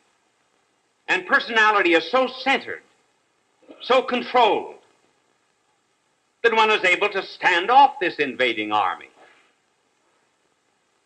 And just as a man is more free when he's able to control his actions, so too he's more free when he's not possessed by these things that are outside of him. Now, this other philosophy, being self-possessed, which is conditioned upon self-control, was very well described to us on the occasion of the visit of Greeks to our blessed Lord. The Greeks were proud people. They had a right to be proud. After all, they had given the world one of the great civilizations. But they were a people that, while not completely devoted to this philosophy of self-expression and license, nevertheless believed that love should never reach a point where it becomes loss. Their philosophy was that of the golden mean, no great extremes. And these Greeks came to our blessed Lord, but not directly. They came first of all to one of the apostles, Philip. He had a Greek name. It means lover of horses. And then Philip went to Andrew, who had a Greek name that meant manly. Wasn't it interesting that the Greeks found the only two apostles that had Greek names? Oh, you know, somebody was telling me before the show that she was worried to death whenever I walked backward that I might trip. See? And so they came to Philip and Andrew and asked to see our blessed Lord. Now, what did they want from our Lord? They said they wanted to see Jesus. We do not know what they wanted, but I think we can guess. And I'm just guessing. I believe the Greeks said this. We notice that enemies are multiplying. We foresee that you are going to die. It is a pity that a great teacher like you should die. Why not come with us to Athens? Athens, the city of the sages, the city of the wise men. We have killed only one of our great teachers, and we have regretted it ever since. We gave the hemlock juice to our wise Socrates, and our hearts have been ashamed of it since that day. But if you come with us, maybe you can found a state such as thrived with Solon. With this great wisdom that we have heard, possibly you can found a school of peripatetics such as Aristotle and Plato had. Maybe you can revive the Greek drama. Once more produce some of the dramatic wisdom that came from the mouth of an Aeschylus and a Sophocles. In any case, do not die, live. Come with us and teach. That is what the Greeks might have said. Now, the reason we say they might have said that is because of the answer of our Lord. He said, unless the seed falling to the ground die, it remaineth alone. But if it dies, it bringeth forth much fruit. If anyone would save his life, he must lose it. In other words, our Lord was saying to the Greeks, you do not want me to stay here. You want me to save my life. I tell you that there are two things you can do with seed. You can consume it, or you can plant it. If you consume it, it gives you momentary pleasure. If you plant it, it suffers, it's crucified, it is buried in the earth, but it multiplies unto new life. Let me tell you that I have already called myself the seed. I have come into this world not to live. I have come in it to die. Death was a stumbling block to your Socrates. It interrupted his teaching. But death is the goal of my life. It is the gold that I am seeking. I am the only one who ever lived a life backwards. I have come to die like that seed. And just as you have admiration for a man who might willingly surrender his life in order to save a fellow man from drowning, so I have come here to die in order to save humanity. I am not just a man. I am a God as well as a man. I am not a teacher. That is why you invite me to Athens to teach. I am primarily a savior, a redeemer. You have heard possibly my Sermon on the Mount, and you boast that you would like to have wisdom like that preached again in Athens. Do you not know that there is a close and intimate relationship between the Mount of the Beatitudes and the Mount of Calvary? Do you not know that anyone who would preach in a Freudian world, blessed are the pure of heart, will see death? Do you not know that anyone in an atomic world who preaches blessed are the meek will be put to death? Do you not know that in a world of pleasure he who says blessed are those who mourn will no longer live? I have come to die, but no one takes my life away from me. I lay it down of myself, and let me tell you, Greeks, boast not that you would save my life, because within 12 months there will be inscribed over a gibbet on which I will be nailed the sentence of my death in Greek.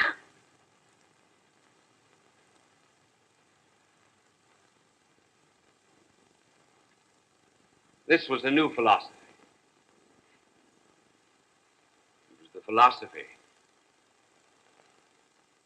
of doing something with the ego, mortify it, discipline it, make perish the things that were evil in order that the good might come forth. Is not that the law of life? After all, there are two laws in every single person, two laws of gravitation. Because we have a spirit, I believe that we have also within us a gravitation that pulls us upwards, not downwards. And so, one law of gravitation pulls us up the hill. It's rather difficult. And the other law of gravitation, we're all very familiar with it, is the downhill. Oh, that's a man, I forgot. All we have to do is simply let go.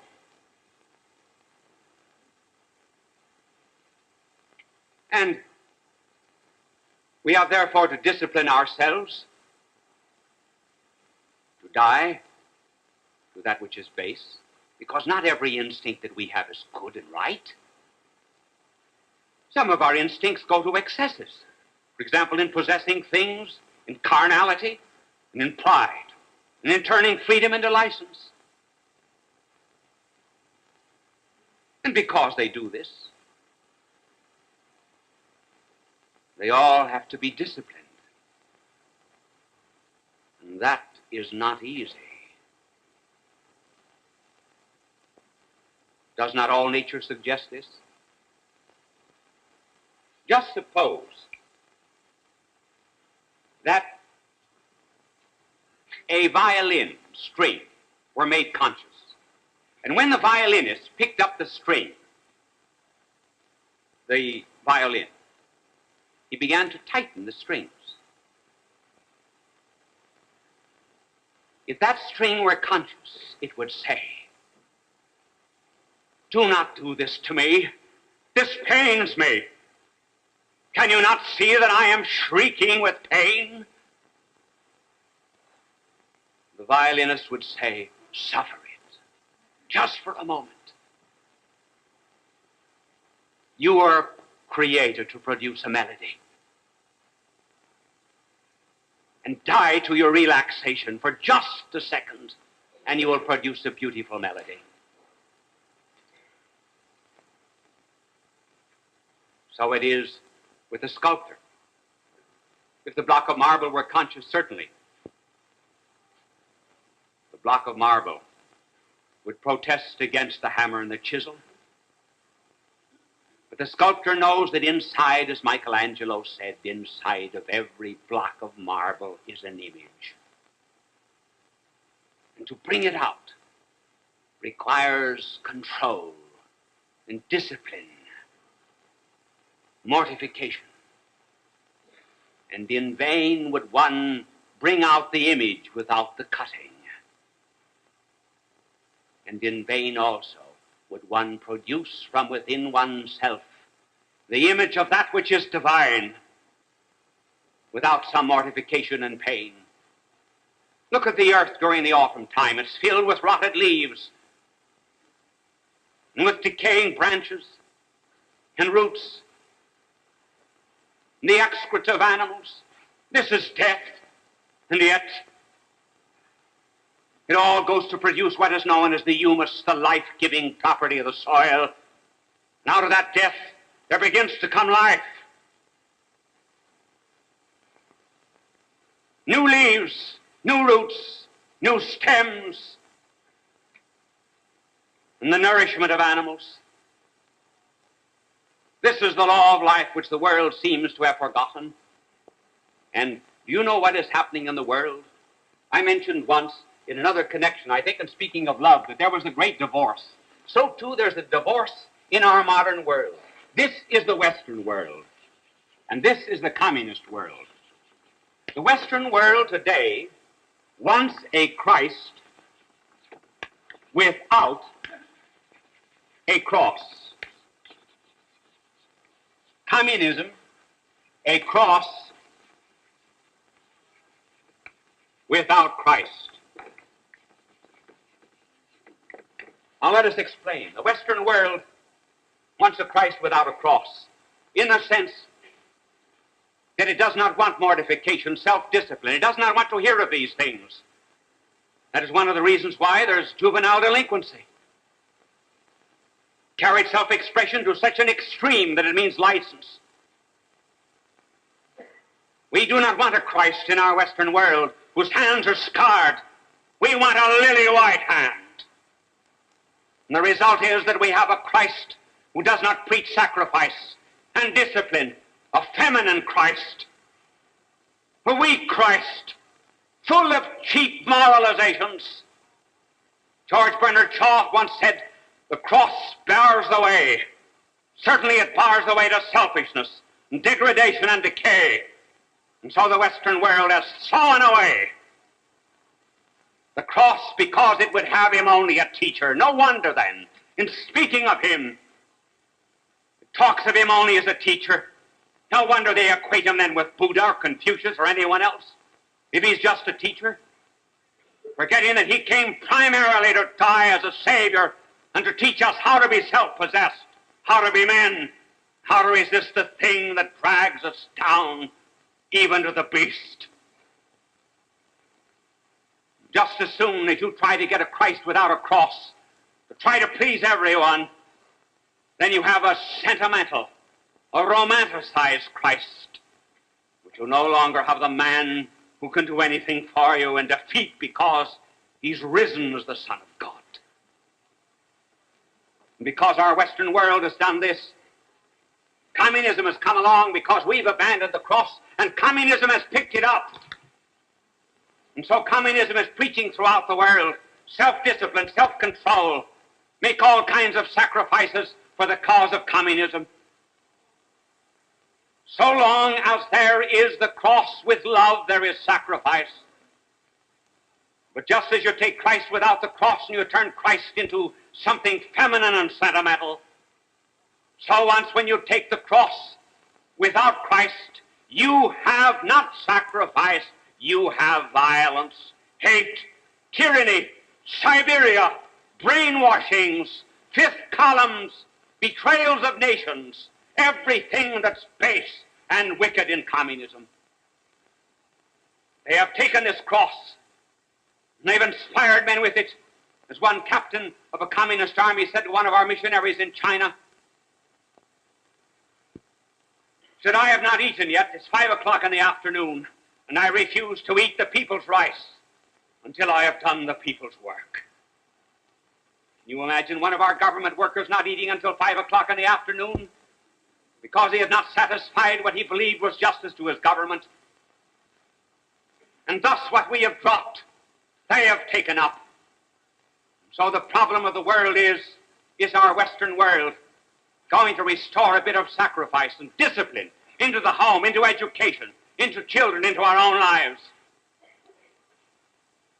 Or are the communists going to find the Christ for their cross? We are all fearing a war at the present time, but the one way to prevent a war is to make a war. Not a war against our enemies, but a war against ourselves. To unsheath a sword, and unsheath it not against the enemy in hate, but to unsheath it against ourselves and all that is base and vile. For it is well to remember that God hates peace in those who are destined for war. And so are we all. Bye now, and God love you.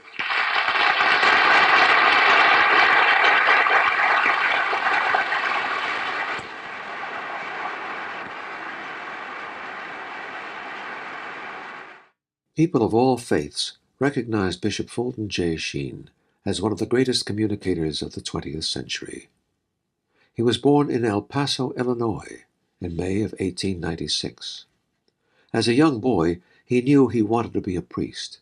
He served as an altar boy at St. Mary's Cathedral in Peoria, Illinois. At St. Viator College, his education and debating skills taught him the skills he used throughout his life.